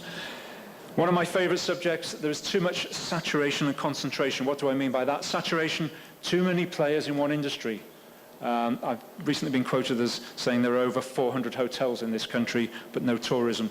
There are 1,000 petrol stations. There are many restaurants, coffee bars. There is too much construction. There's a lot of saturation in an industry, often without a clear competitive advantage. It's price-driven. The only thing they've got to offer compared to their competitors is a lower price. We need new industries, we need new opportunities with good competitive advantages, and that has to be a high priority. Concentration is that we have too many of them within the bank. We have numerous constructors or petrol stations or hotels. So the saturation is the industry saturated, and the concentration then becomes a risk in the bank. And we say, sorry, we're stopping lending in that segment or in that sector because we've got too much concentration. If that sector goes bad, wow, we go bad in a big way with it. Insured collateral, again, my colleagues from the banks will know this is a very hot topic for me.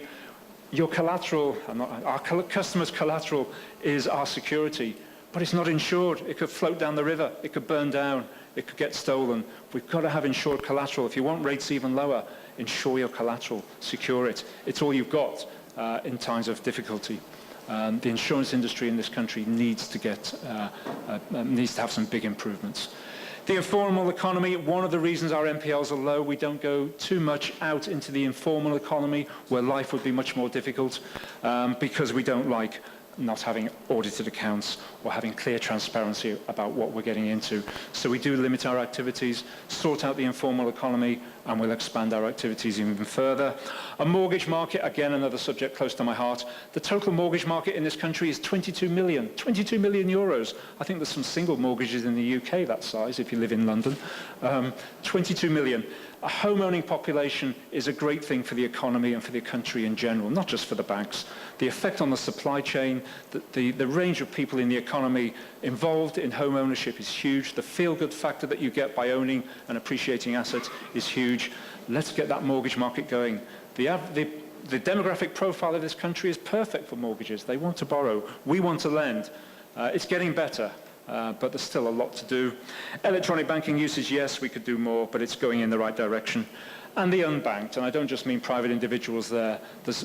There is opportunity for us, but it's a challenge. Do we go to the periphery of the business markets, the informal economy, those that would not pass the know your customer tests and other criteria? We've got to improve that environment to get banking to most of the Kosovo population, not the relatively privileged few. But let's finish on some positives. The banking industry is stable, it's well capitalized, it's liquid. Our key performance indicators are improving every year. We're modernizing our banking facilities all the time. The profitability is getting better. We're reducing our costs. We're managing our bad debts. Interest rates in this country have never been lower. Tick all the boxes, you can get a 6% loan in this country. If you don't tick all the boxes, yeah, it's 10%, 11%. Non-performing loans are improving, but when we say it's now good to fix a loan in 4 years instead of 5, that's relative. We should be able to fix them in 6 months, not 6 years. But the positive thing at the end of it all is the business environment challenges are being addressed. They are fixable. That's the positive thing. They may take a while, but they're fixable. So I'm very confident about the future for the banking industry in Kosovo. I'm very confident about Kosovo's future in general. Thank you.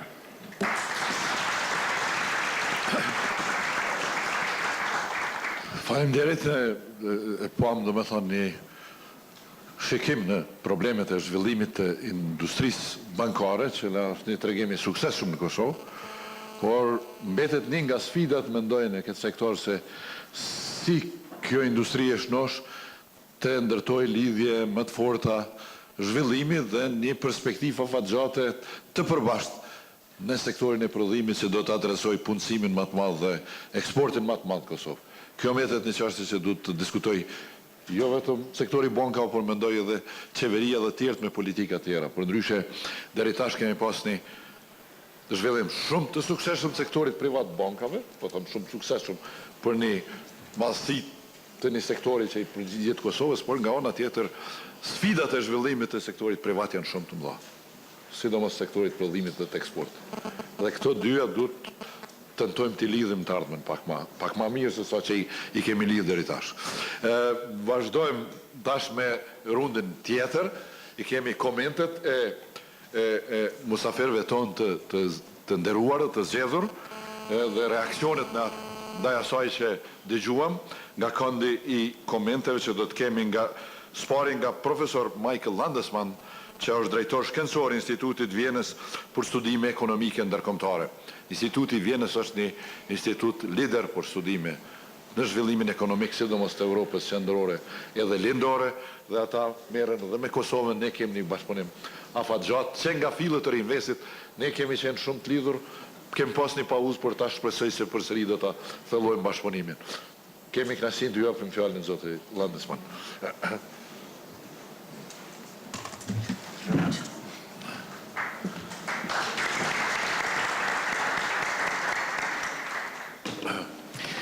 Let me start by thanking for the invitation and also congratulating you for your birthday.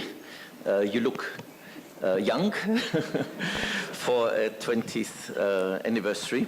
I must say this is not just a politeness. Whenever our institute looked for a competent partner in a large number of projects, we always found it in Riinvest. And I think this was from very early periods when the crisis in Yugoslavia, the breakup was taking place. I remember we invited Mustafa to our place together with economists from all the neighboring countries in very difficult circumstances, and tried to maintain a sort of common base for economic analysis across the region. And I think this emphasis continued throughout, and in our visits here, but also your researchers' visits to our institute, we could see the continuous improvement and the professionalism which especially young staff acquired in the meantime. So I think Kosovo is lucky to have an extremely professional, competent research institute. And I think the other feature which emerged from this conference is that they're highly involved in policy advice. I think they give a relatively neutral but very strong position on economic policy issues, which I think is extremely important given the challenges. So our institute is really an institute which does comparative regional analysis. Every institute in each country knows much more about the details of institutions, of direct policy measures taken in each country. But on the other hand, our contribution can be to get a wider and comparative vision. I think there were diverse views expressed here. I think the tenor of the first presentation was a rather more bleak and more pessimistic view on the degree of progress which was made in Kosovo, and I think some of the later speakers reiterated that. I think from a European perspective as a whole, we are much less convinced that we have the policy tools to deal with deep development traps in quite a range of countries in Europe. I think before the recent financial economic crisis, I think the general vision was EU integration leads almost automatically to convergence, to countries with lower incomes benefiting from liberalization, from institutional convergence, from the scale of the European market, from technology transfer, etc., from tapping into finance. I think this belief has been quite seriously shaken, not necessarily just what happens in the Balkan areas, but I think we see a pervasive, much more guarded view on the situation in Southern Europe, in the Balkans, etc. And I feel that we have to do more than going through the list of suggestions which rhetorically are reiterated year in, year out across a list, and some of this list we've heard again.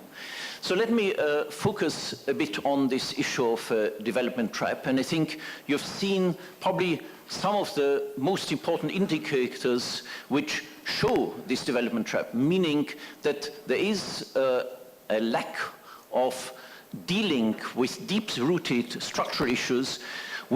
On two indicators in particular we can see that, the persistent high levels of unemployment and the persistent high levels of current account deficits, the inability of a country to push up production in line with expenditure.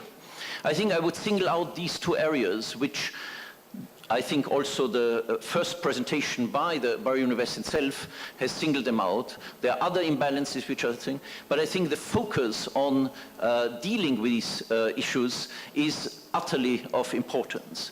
And I think the possibility of dealing with them have not improved over time. The current external environment in Kosovo, in many countries of the South and in the Western Balkans, indicate that it has become much tougher to deal with these traps of development. We have seen that the crisis obviously has shifted the degree of risk-taking in terms of finance. We have seen rather optimistic pictures about credit and the picture of the banking sector. On the other hand, in your business survey, you put the access to finance as one of the important hindering factors of business development. We've seen, following the crisis, a general decline of foreign direct investment. This is not just in Kosovo. We've seen rather worrying signs that even in the latest 2 or 3 years after the general recovery from some aspects of the financial crisis have taken place in the European Union as a whole, that there was a further sharp decline of foreign direct investment in Kosovo. And of course, this is partly linked to restructuring of finance and the financial sector in general, because also foreign investors require finance, and therefore these flows are more difficult. Furthermore, there's another aspect which our institute has emphasized quite strongly. We see in tradable activities, particularly in manufacturing, very strong agglomeration tendencies across Europe. There were certain first mover advantages in transition countries, in Central Europe, Slovakia, Czech Republic, Poland, even Hungary, which have been very successful in linking up to manufacturing production chains. And if you look at Europe as a whole, there's a very strong tendency of agglomeration, of concentration of manufacturing activities in this region, which of course is strongly linked to some of the advanced Central European countries like Germany, Austria, Switzerland, partly northern Italy. It is very difficult to enter as a latecomer into these production chains. They are deeply entrenched, they become more entrenched, partly because once you have achieved certain scale, logistic patterns, etc., why add further contractors at a much smaller scale where problems of market integration is much less advanced, institutional convergence is less advanced. So this is another factor which makes it difficult to catch up for countries which are in this trap. Also, of course, the trading environment has become more difficult for a country like Kosovo. Some of the main trading partners, think about Italy, Greece, neighboring Macedonia, are in of course, Slovenia over the past years, but it's coming out of it more recently. The trade environment for exports has become much more difficult. It's another external factor which makes it more difficult. The one factor which has been emphasized continuously as making the region as a whole attractive, meaning the small size of markets and the potentially small scale of production units could be compensated by a very strong emphasis on integration of markets across the region, bringing down barriers, not only simple trade barriers, but barriers of enterprise activity across the region, of building up networks. I don't think it has advanced to the degree which is required to make the region attractive. So these are the factors which seem to indicate that moving out of a development trap requires a much bigger effort than it looked like prior to 2008-2009. So what is to be done? I started off with emphasizing the current account deficit. Behind the current account deficit lies the big issue, spending exceeding production dramatically. And behind that, again, the very, very small export capacity of many countries in the Western Balkans, but also Southern Europe. And I think Kosovo is almost an extreme outlier in this case. My colleague Mari Holzner, who will present a more detailed policy paper on Kosovo in the next session, gives a figure of less than 5% commodity exports of Kosovo in GDP. This is really an extreme case of very low exporting capacity. But coming back to the issue of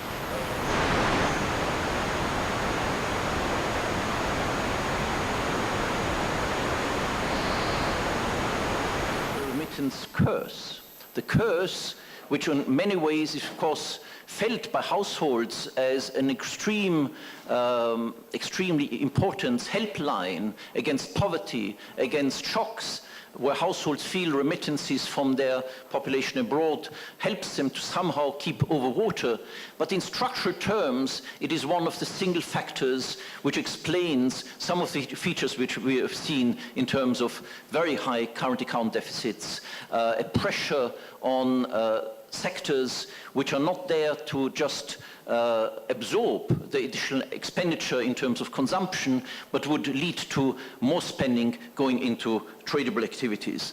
And I think we have to think very carefully about incentive schemes which try to move remittance flows, which will continue and hopefully will be an important part of the macroeconomic pictures, to incentivize through various newly designed instruments how these remittance flows can go into training, into business enterprises, etc. What about thinking about giving incentives of partially financing publicly training for youngsters through remittance flows to families, or to give tax allowances if remittance flows go into business startups, etc. I think it is a very important factor to think about how to redirect remittance flows in areas which in the long run leads to a sustainability of external accounts. As you could see, I emphasize very strongly the absolute importance of a focus on tradable activities. The dependency momentum which has built up, which has led to distortions of expenditure structures. We saw over here a very small share of manufacturing capacity as a share of total production in the Kosovo economy. And we know that low-income countries, the bulk of exporting has to come from manufacturing, if you're not very lucky or partly also unlucky to have to be able to rely fully on tourism like some of the other economies. I think to have a vision that one can forego a phase of reindustrial development, I think is a misleading picture. It was mentioned by a number of previous speakers that foreign direct investment is really absolutely important factor of building up export capacity, which then has multiply effects internally, which has the ability to cater products, technologies in direction which moves towards higher value-added activities. FDI, of course, is very interested in the region as a whole if it allows integration. Without that, very small market segmentation will prevent an attractiveness of FDI.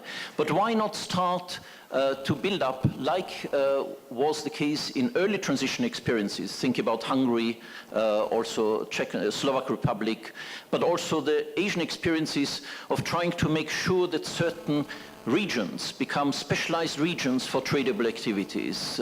Industrial parks where you show that infrastructure works. We have a lot of appeals towards improving governance structures, corruption.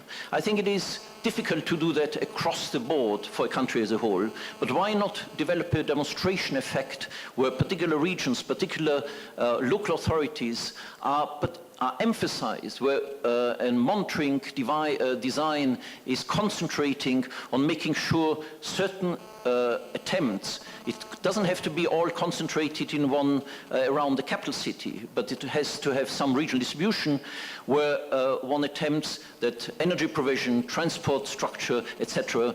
gets privileged position. I think we have seen experiences in other catching up economies, successful catching up economies, where this concentrated effort plays a very important role of, as a sparking point of FDI activity.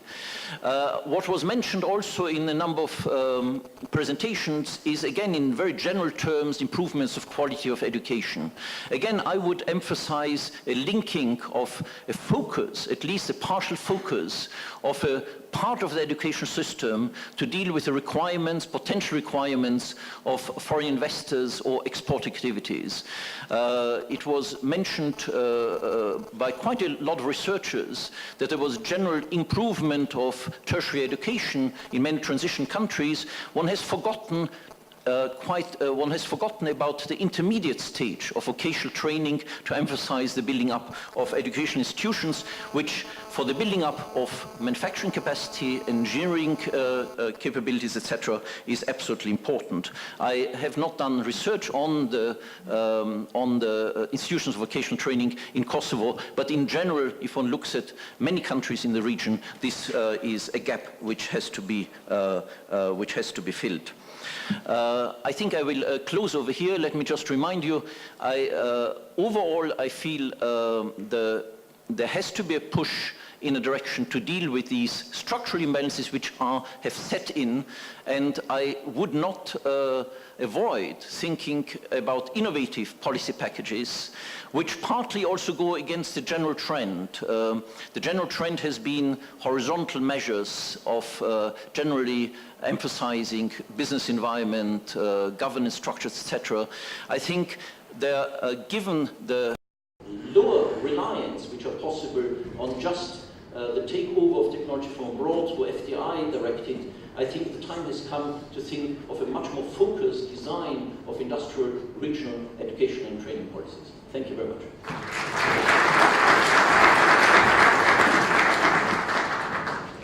Derit, profesor Ndësmën, tani kemi përsi të dëgjojmë komentet nga profesor Muhammed Mrak, profesor nga Universiteti i Ljubljanës, në cilin për takoni sigurisht edhe parë, në cilin kemi punuar edhe në mesin të kodrës kalume, të tentu që të bëjmë një stabilizim të gjatë Kosovës dhe plan nacional ku do të fiksohen prioritetet e rritjes për ai projekt nuk të bëjmë dhe në fund, por në që da tem të bëjmë në të sot për presim interesit.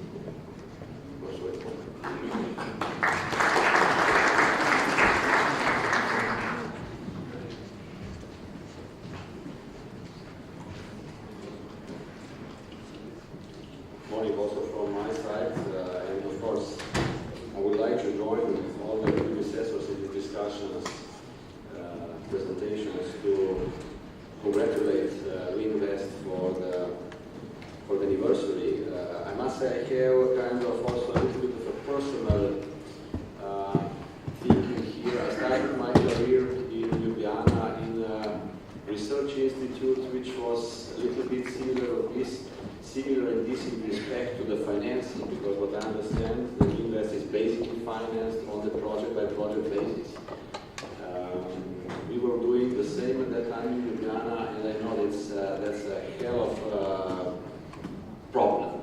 So surviving 20 years and basically keeping the independence, getting this kind of not just visibility, but basically credibility, I think it's really something to admire. And I think Kosovo can really be proud of to have this kind of an institution, because just look throughout the region. You don't have many think tanks in this region of Southeast Asia which could be comparable to this. I would not mention countries, but you have a number of countries which do not have this kind of an asset. So I really think it's also personally for me was a big reward to work with the Riinvest, not from the beginning. So I came in somewhere after the 10th anniversary, probably, Mohammed. That was, I think, our first cooperation was on this strategy of Kosovo, which, to what I understand, was at that time not successful, or not very successful at that time because of it. But you are now, to what I hear, you are again involved in this. I think it's very important. One issue which was mentioned here by the representative of the World Bank, this long-term vision, kind of a consensus of the society, which way, at least generally, to go, I think is extremely important. Because of these kind of things, if you work on a basis of government to government cycle, is of course not just suboptimal, but also has a number of other issues. I will complement Michael's discussion on a little bit more on this EU perspective, and also on these issues, what was mentioned by Mr. Krasniček, was also mentioned by some other people related to these fiscal structural reforms. The candidate countries have been for years basically involved in this dialogue with the European Commission on this fiscal programming. And what is interesting is that this dialogue has now been strengthened, changed very much, and this Kosovo document, which was presented now this year in January for the first time, is basically that you participated with this your first document in a quite revised form of this dialogue. And I think it's very important to get this to get this understanding. It has basically trickled down from the crisis, what Michael was talking about. One thing I think this crisis has shown very clearly, and this has also changed this dialogue very significantly, that the whole these discussions between the candidate countries and the Commission, and also, if you want, among the member states, were very much focused on the macro and fiscal side. On the other side, this issue of the competitiveness, of the issue of the obstacles to growth, I'm not saying they were not there, but they were de facto not treated very much in detail. The crisis has shown that, of course, this is not really a good approach. If you just look at the European economic governance changing from a simple growth and stability pact through the monster we have now, six-pack, two-pack, fiscal pact, which is really a huge area of the, if you want, of the acquis communautaire, has changed this dialogue much more towards a dialogue on the overall economic policies. And I will be here very open. I think also the Commission has to learn here certain things. It is interesting that you have this dialogue done on the Commission side by the DG ECFIN, so by the macro and fiscal department. For the member states, it is interesting. The same type of a document is done exclusively by the DG ECFIN, of course in cooperation with the other ministries. For the candidate countries, this is divided. So you have the DG ECFIN plus the DG enlargement on the structural side. And here, I was involved in preparation of these documents for the first time. There, I think we can expect some changes in the methodology. I hope so, that all these structural reforms should be dealt in one place. Should be now we have this division, which there is the coordination is not completely well guided. To what I have looked also on these country-specific recommendations, which were mentioned by the representative of the European Commission now this week at the ECOFIN. I looked at through more or less all the countries. I think the Kosovo has done here pretty well. I think the comments which were given are to a certain extent, of course, will have to be included in the next one. What I would consider very useful, and this again more or less based on some other countries, Montenegro, for example. I think it's very useful to integrate preparation of this document, which will be done on an annual basis, to integrate it in your regular annual cycle of the fiscal documents. I am well aware, of course, about your multi-term expenditure framework, annual budget, and this will be now the third document. It is already. It's good to become a part of the, how would I say, to become really part of the internal affairs, particularly on that segment which addresses the issue of the structural reforms and, of course, of fiscal capacities for structural reforms. There was a discussion about this macroeconomic framework in Kosovo, having, of course, euro as the legal tender, then, of course, the limitations on the monetary policy, then the legislation, what you have in the constitution, the fiscal side. I must say, personally, I think the good public finances are a basis for a stable development. So I think you do have here an asset which you should really try to keep. I will give you my example from my country. You know, bad examples are always to be told from your own country, not to point to somebody else. Before the crisis, we were very proud and correctly about our public finances. About the public debt being below 30. Now we have a public debt which is 80% of GDP. So what does it mean? You know, you can still say you're below the EU average.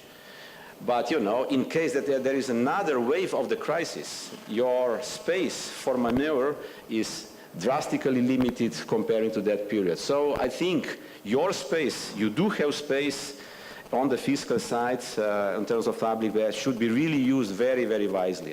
And you mentioned these developments last year in terms of the salaries, or let's say current expenditures. So I think, you know, this maneuvering space should really be used for this crucial investment side, which is the topic of today.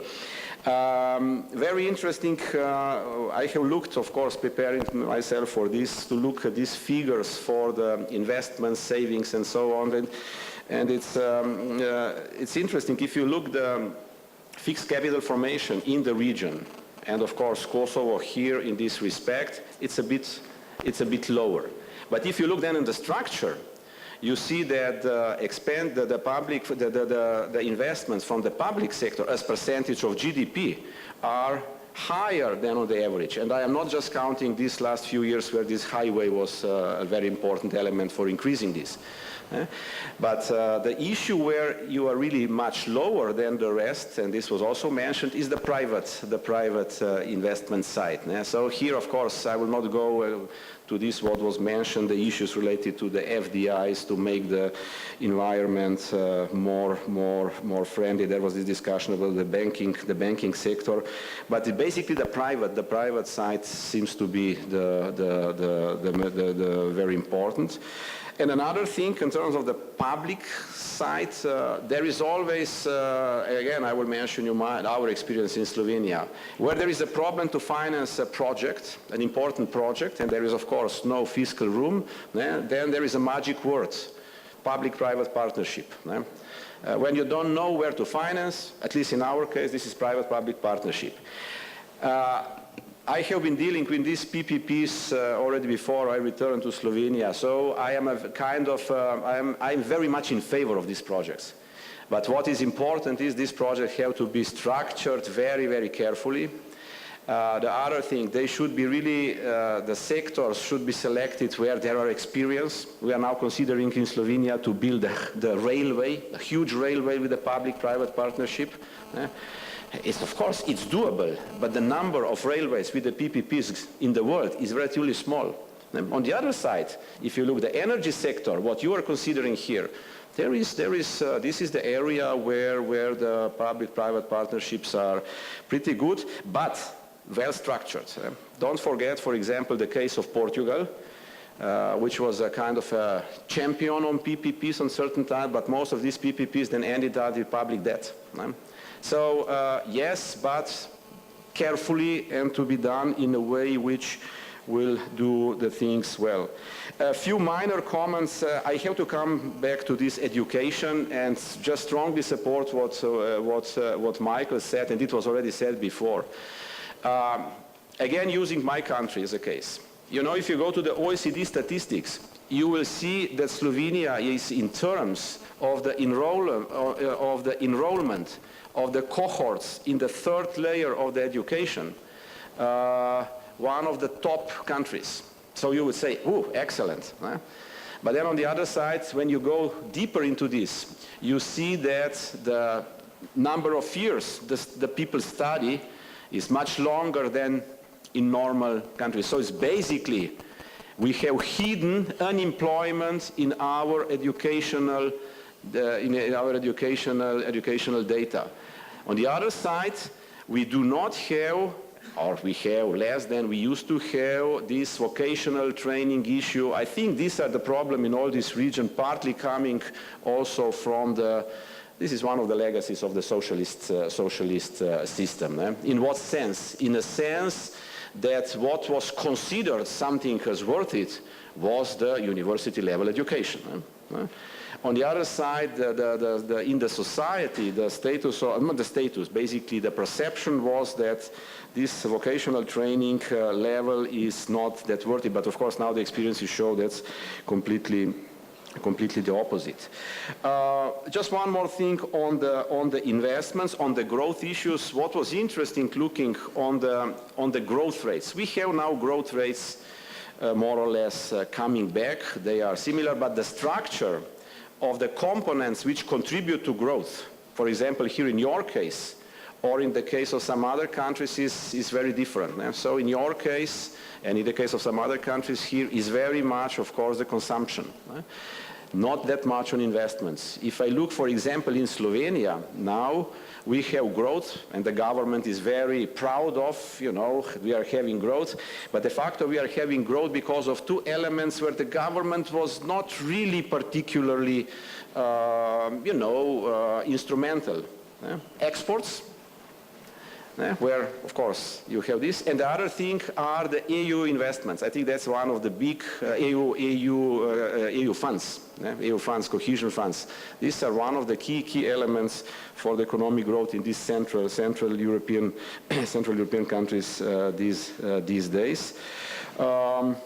Well, that would be the issue of these two topics, which I wanted to address a little bit more in details. One thing, maybe what Kosovo should consider, because I do know that you are in the process of preparing your new strategy. I think at one point, once this strategy will be done, I think it would be worth to consider to look at whether it would make sense to prepare something which I would say in operational wording is called National Development Plan. But this is basically a program, let's say 3-4 years, where the investments financed from public sources should be allocated. Look, I am not that naive to think that this will be then the issue which will be written in stone. But you will de facto see that you have, certain priorities and several sources of public finances. The national budget, then you have the issue of the EU funds, which is here not yet that big, but then you have the donations. You have then, of course, the discussion to what extent you are ready to use also the debt financing for going into these investments. But you will have the meeting of the demand and the availability, macroeconomic availability for those segment of investments which is under the government authority, because on the private investments, the government, of course, can influence, but it does not have a direct impact. So I think that would be, at least in some countries of the region, this has proved to be a very useful instrument for initiating discussions on the investment priority. And this National Investment Plan is a kind of an implementation instrument of the strategy, but exclusively in the area of public investment. Thank you.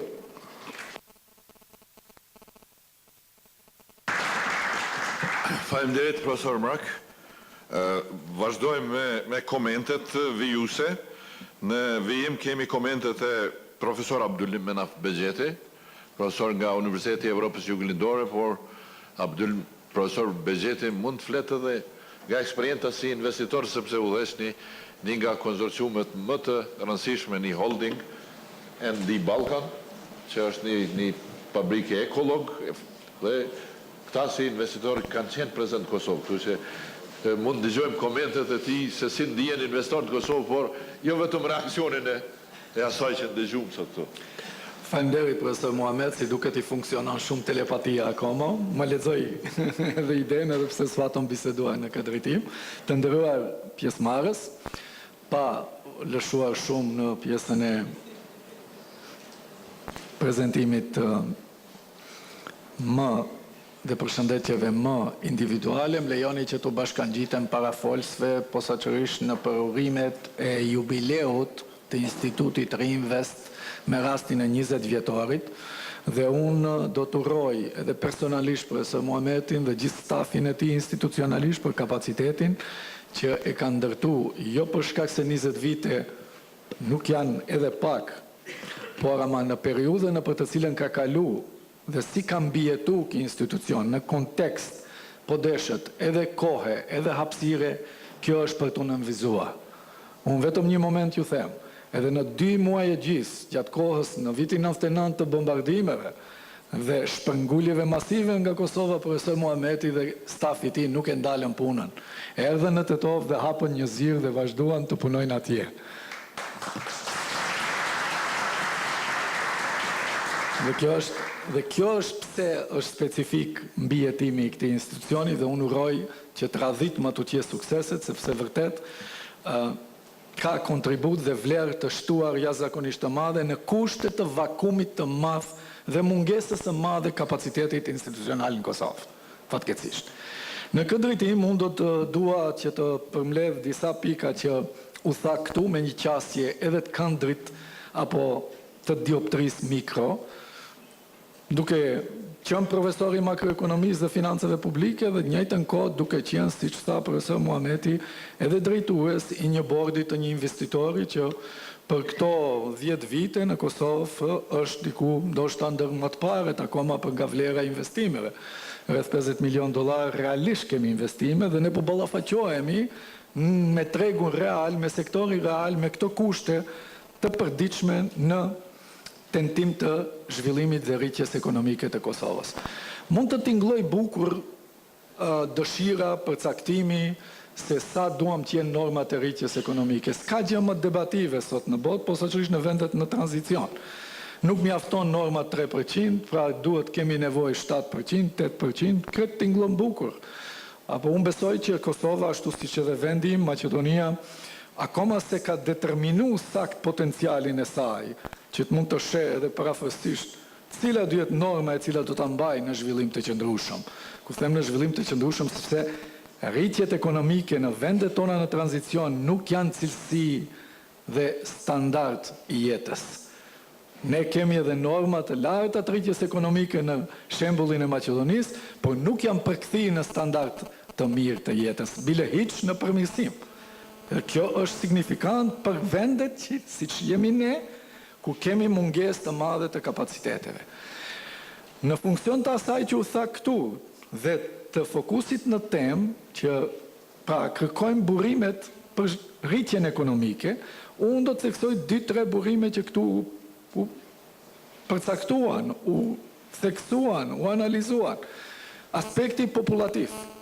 Popullat e re, vitale, dinamike, e shkath, me skilled, sa të doni, njohje gjuhësh të huaja, dhe gjitha aspekte tjera të avantazhit. Pra, që do na kishin lakmi shumë vende që bazojnë mbi bazën e një resursi që quhen burime njerëzore. Kemi potencial njerëzor.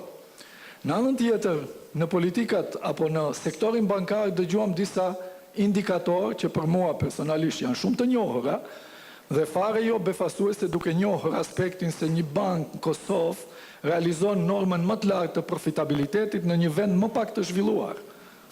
Kjo nuk është e panjohur.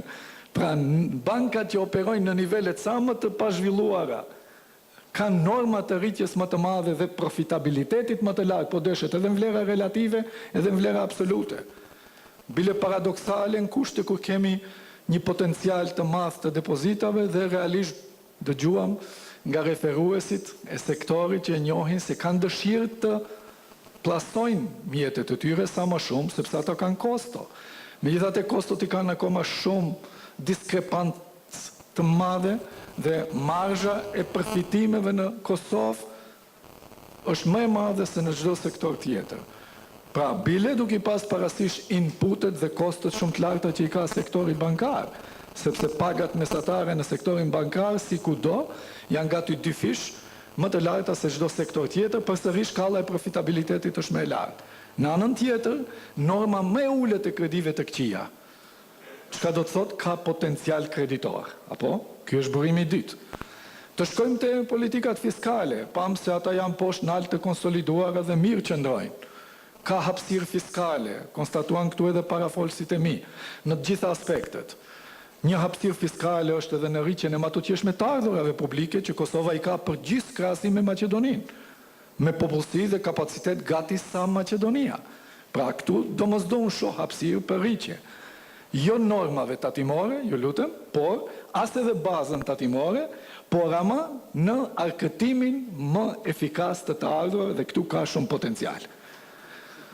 Dhe, pra, edhe këtu shohim se niveli ullët, jashtëzakonisht i ullët i borxhit publik, rep edhe një mundësi posaçërisht në kujdes të shpenzimeve publike për projekte produktive, infrastrukturë bazike, rrugë, hidroelektrana, termoelektrana, energjetik, si të doni, pra në sektore të cilët domosdo ka potenciale.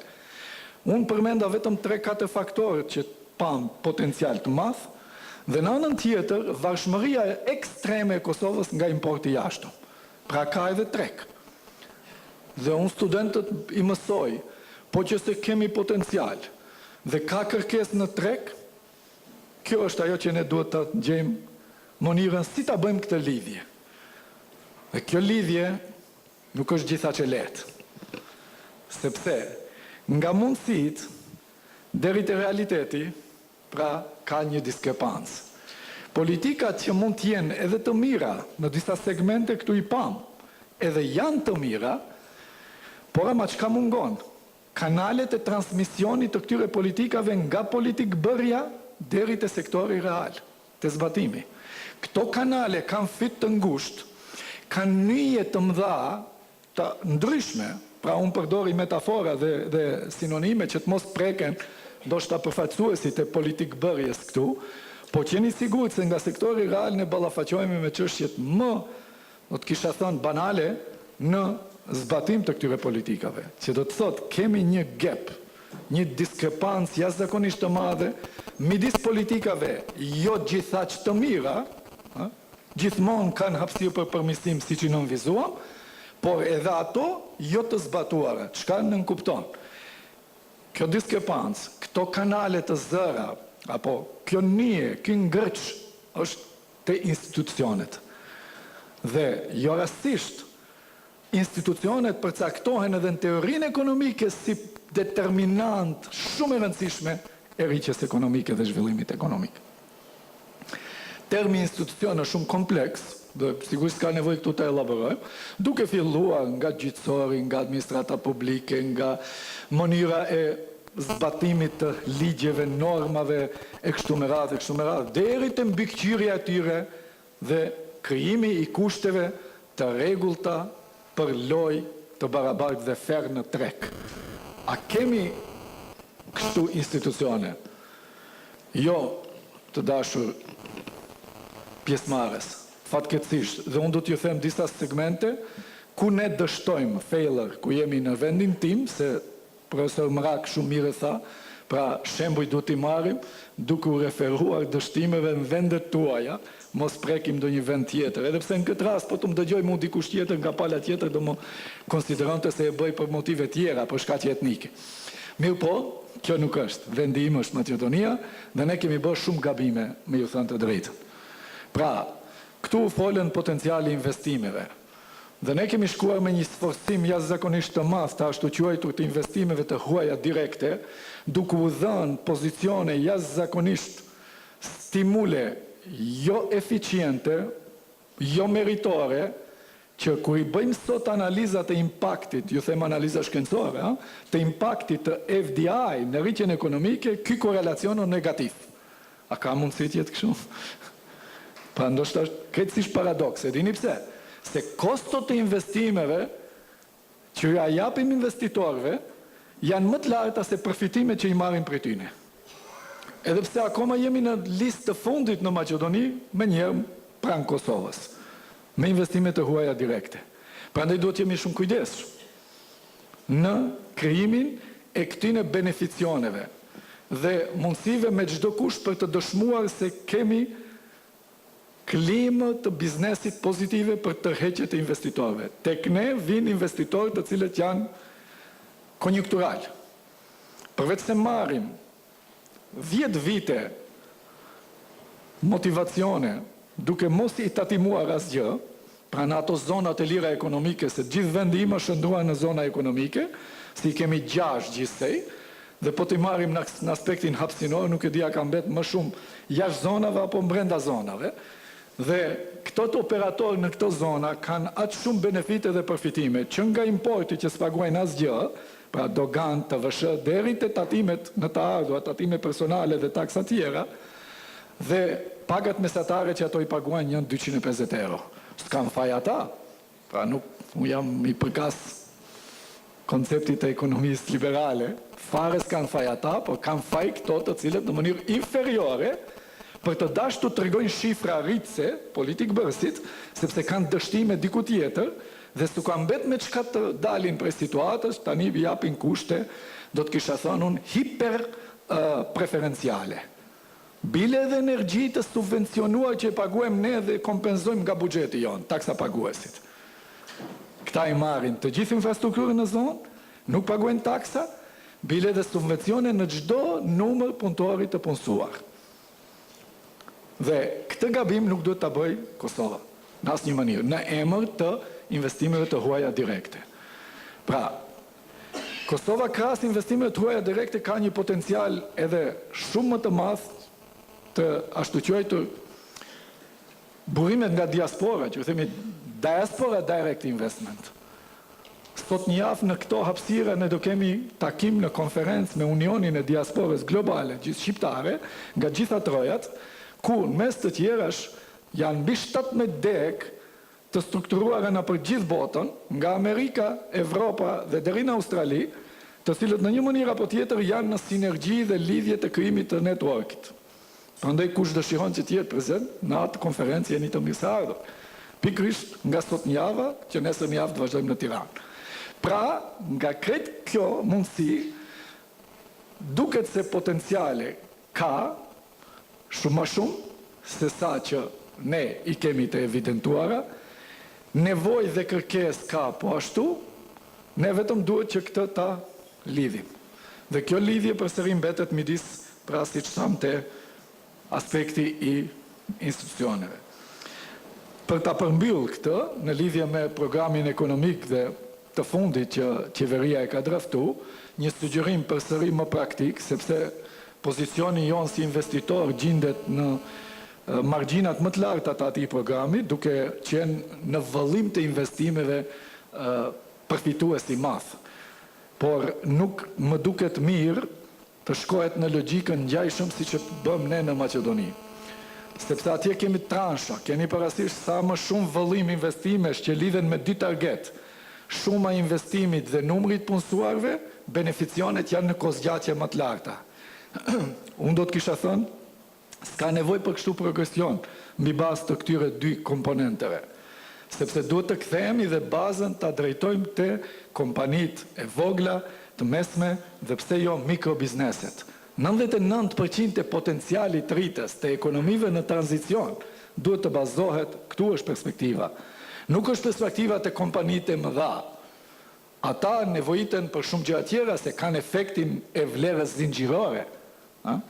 Mirë po, në këtë vlerë zinxhirore, pra nuk mundemi të japim më shumë se sa që realisht i takon. Dhe unë mendoj se në draftimin final, pasi të merë sugjerimet, plotësimet, qeveria edhe prej Komisionit Evropian, besoj se do të rishikohen transhat e këtij proporcionaliteti që nuk është proporcional me përfitimet e ekonomisë dhe aspektin e zhvillimit ekonomik. Duke dashur që të përmbyll këtu, edhe një herë ju falenderoj për ftesën dhe pjesëmarrjen.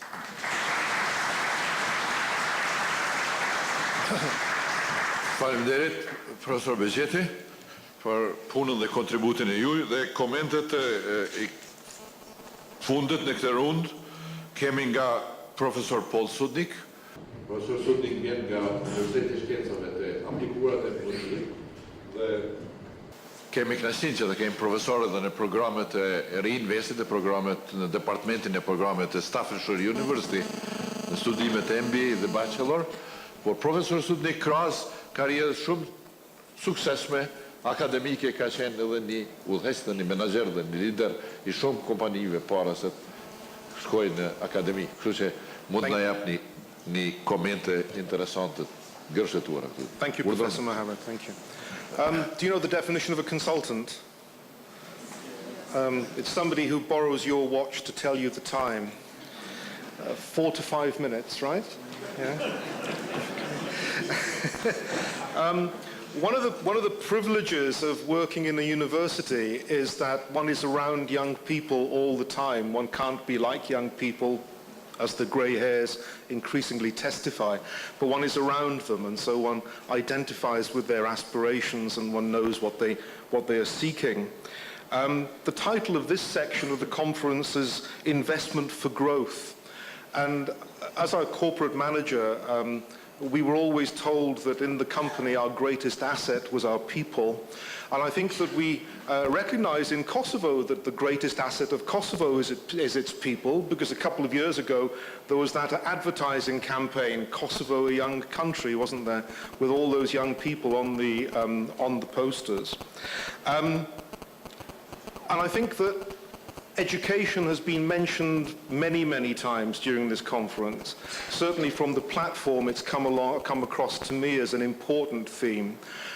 If I'm to be a little bit critical, I would say that from the opening remarks to the conference, education was mentioned, but perhaps in a last but not least tone.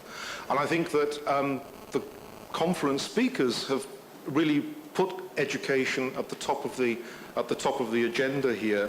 And Mr. Alters really gave it you between the eyes. And he said that up until now, there has not been an effect of the investment, of the programs for investment in Kosovo. There has not been effect on jobs, on the creation of jobs. And what do young people want? What is it the young people seek? They seek jobs, they seek work, they seek meaningful work.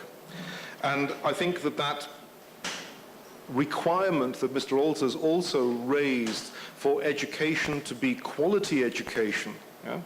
Not just the number of degrees handed out, but the quality of education that is delivered is truly, truly important. I think that quality of education is also not about university degrees, which has also been said. It's about education from primary level, vocational level, university level, right through to PhDs.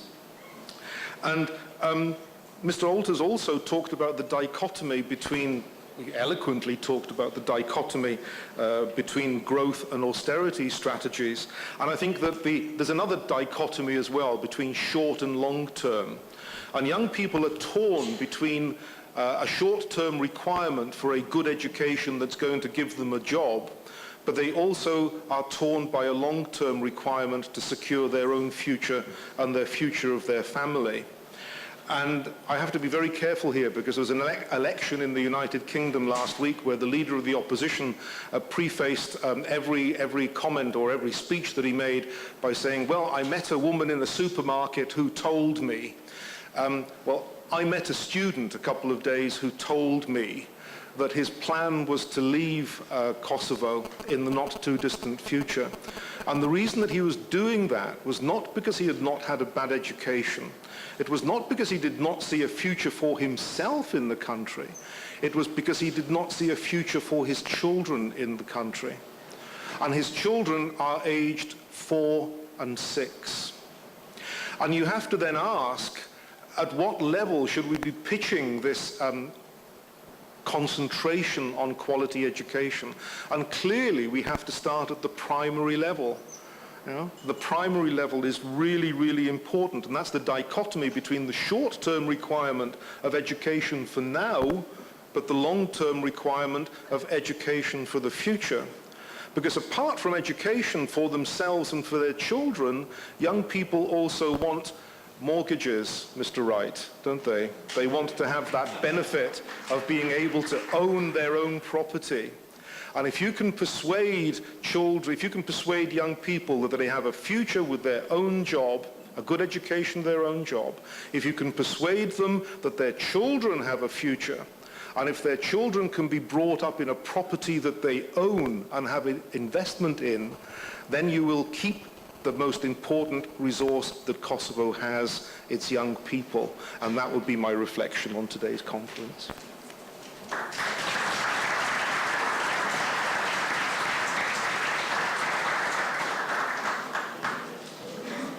Na kanë mbetur 10 minuta deri në fund. Sigurisht që nuk kemi kohë për shumë komente, por do të marrëm 3 pyetje dhe mandej do t'i pasojmë përgjigjet në tek paneli. Urdhroni kush ka pyetje për panelistët. Mr. Günther. Because many things are difficult to change, but one thing governments can do is tax policy. They can change tax rate and also change tax policy. My question to the Deputy Minister of Finance is about, my name is Günther Fellinger from the Austrian Kosovo Society, and I'm also running a tax reform organization, and I'm very much for low taxation. The thing is, I would definitely ask, first of all, is it true there will be some changes in introduction of dividend tax and higher tax rates are expected for businesses? Because that's probably something which is harming the very small private sector. And there was a policy announcement today. I didn't completely understand. What is the plan with the VAT at the border?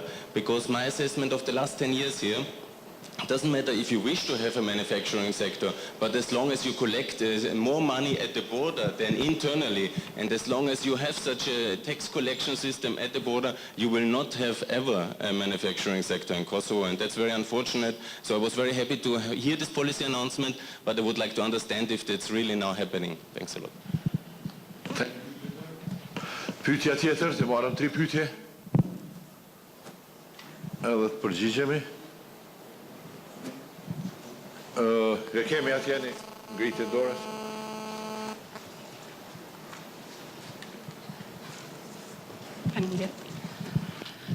Jam Albulena, jam studente. Faktikisht kom një pyetje për profen, Muhamet. Fillimisht ju uroj për vjetorin e Riinvestit, njëkohësisht ju uroj për këtë konferencë kaq domosdoshme për gjendjen aktuale ekonomike në cilën ndodhemi.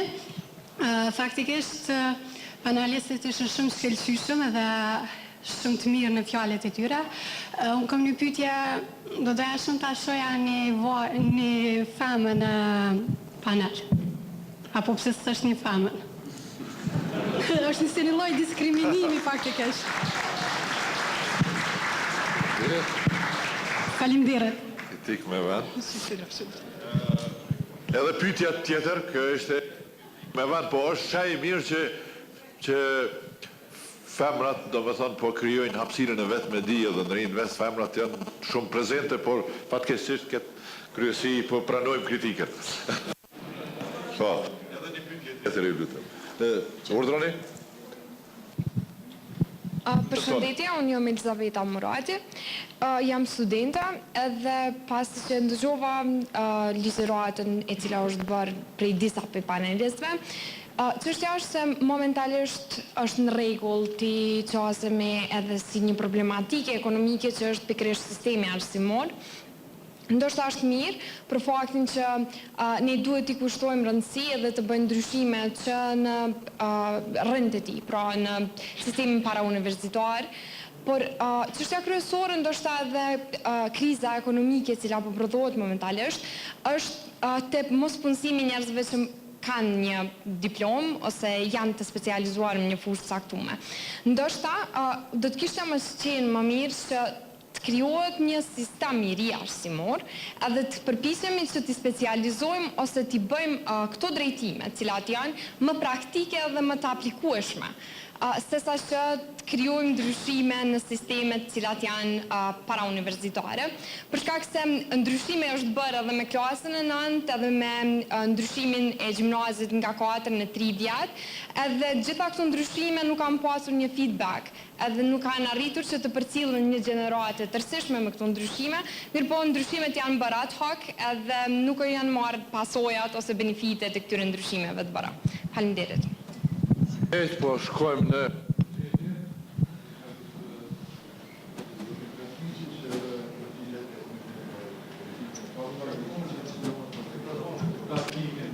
dividend.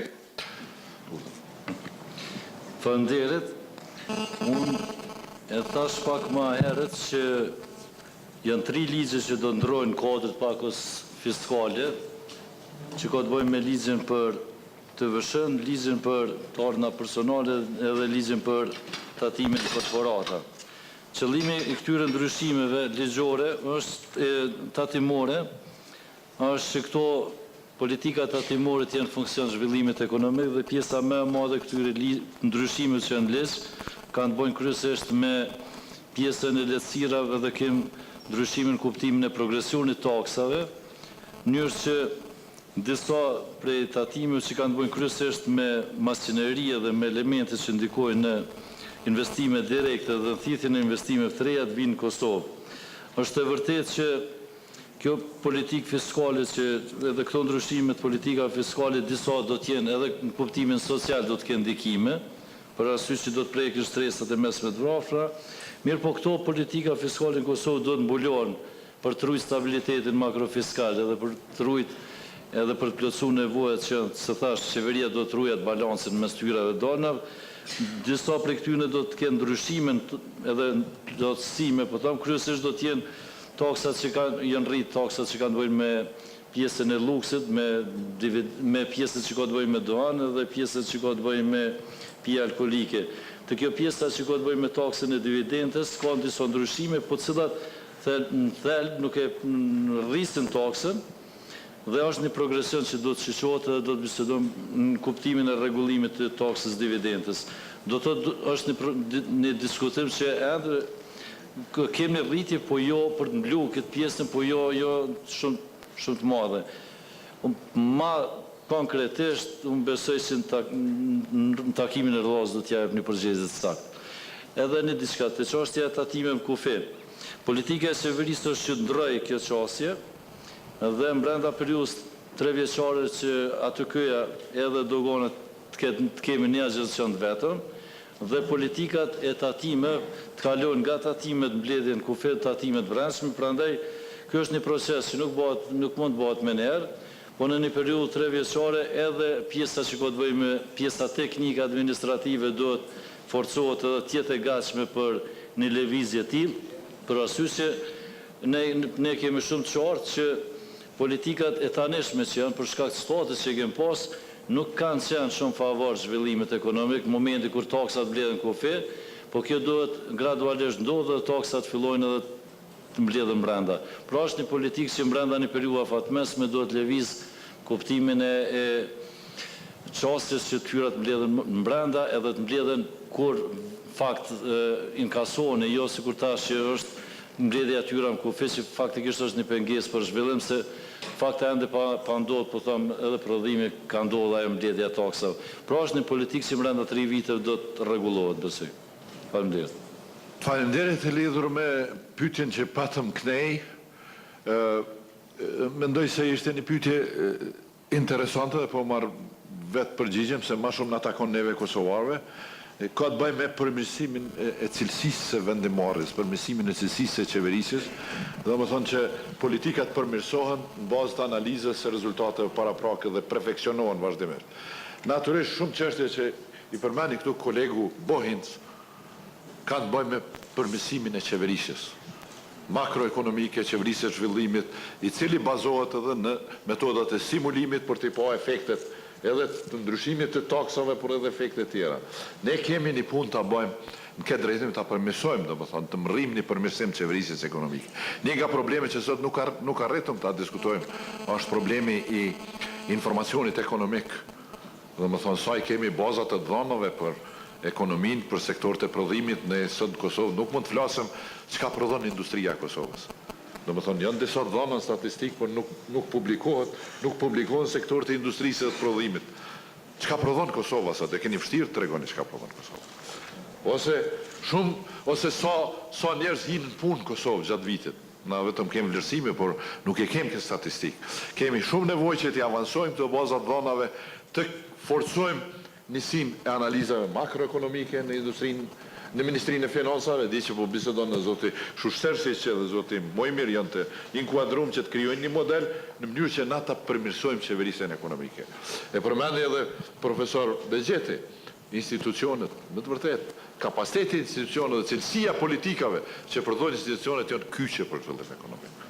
Janë kyçe. Unë mendoj se tash do t'i pyes kolegët e mi që i kam tu në panel, a dëshirojnë të shtojnë diçka? Apo ta shkojmë ka përfundimi? Zoti Olters, dëshiron të jap një koment shkurt? Zhurën Shqipa? Okej. Patentoj. Ishte për çështjen e arsimit. Besoj që çështja është shumë e vlefshëm, sepse në fund të fundit kemi një situatë në të cilën shumë njerëz që janë në proces për të kërkuar punën, nuk kanë kualifikimet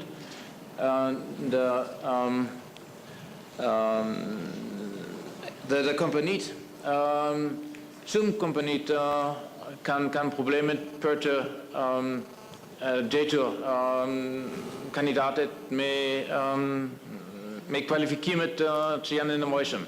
Dhe më thënë, është shumë nevojshëm për të balancuar çfarë është në kurrikulum në sistemin universitar të shkollës dhe çfarë është kërkuar nga sektorin private.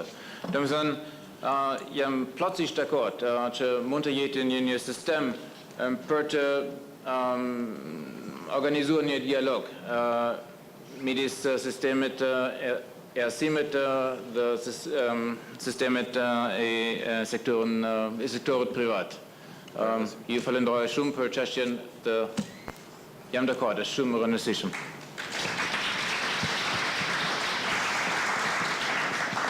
Faleminderit shumë, lejoni që të përfundoj këtë panel, këtë sesion të konferencës sonë, duke falenderuar shumë pjesëmarrësit në panel, të cilët kishin kujdes për kohën dhe për mbajtjen. Në qoftë se jemi të suksesshëm ta menaxhojmë kohën dhe ta kemi përmbajtjen e mirë, atëherë konferenca do të jetë e suksesshme. Unë i falenderoj shumë të gjithë për kontributin e tyre. Na presin panele të rëndësishme pasdite. Do me thonë, paneli arshëm është në ora 1:30, 13:30 që do të filloj, do me thonë, me kohë shpresoj, dhe do të kryesohet nga kolegu Günther Fellinger, që është kryesuesi i shoqatës austriake dhe kosovare të mesisë shqiptaro-austriake të mesisë. Në ora 1:30 fillon paneli. Tash do të ketë një bufet drek, ku ju ftojmë të gjithëve të jeni prezent, dhe të kthehemi me kohën në 1:30 që ta mbajmë këtë tempo. Vetëm pak kishëm 12 folës. Edhe diskutime dhe arritëm me kohë të menaxhojmë. Kjo tregon që mund të bëjmë një qeverisje dhe më të mirë në gjithë sektor tjerë. Më lejoni që në fund të përgëzoj profesor Iraj Hashin që është këtu me neve dhe do t'jetë shumë aktiv në panelin e tretë, i cili ka pas një audiencë të presidentja dhe ka marrë një dekorat nga presidentja për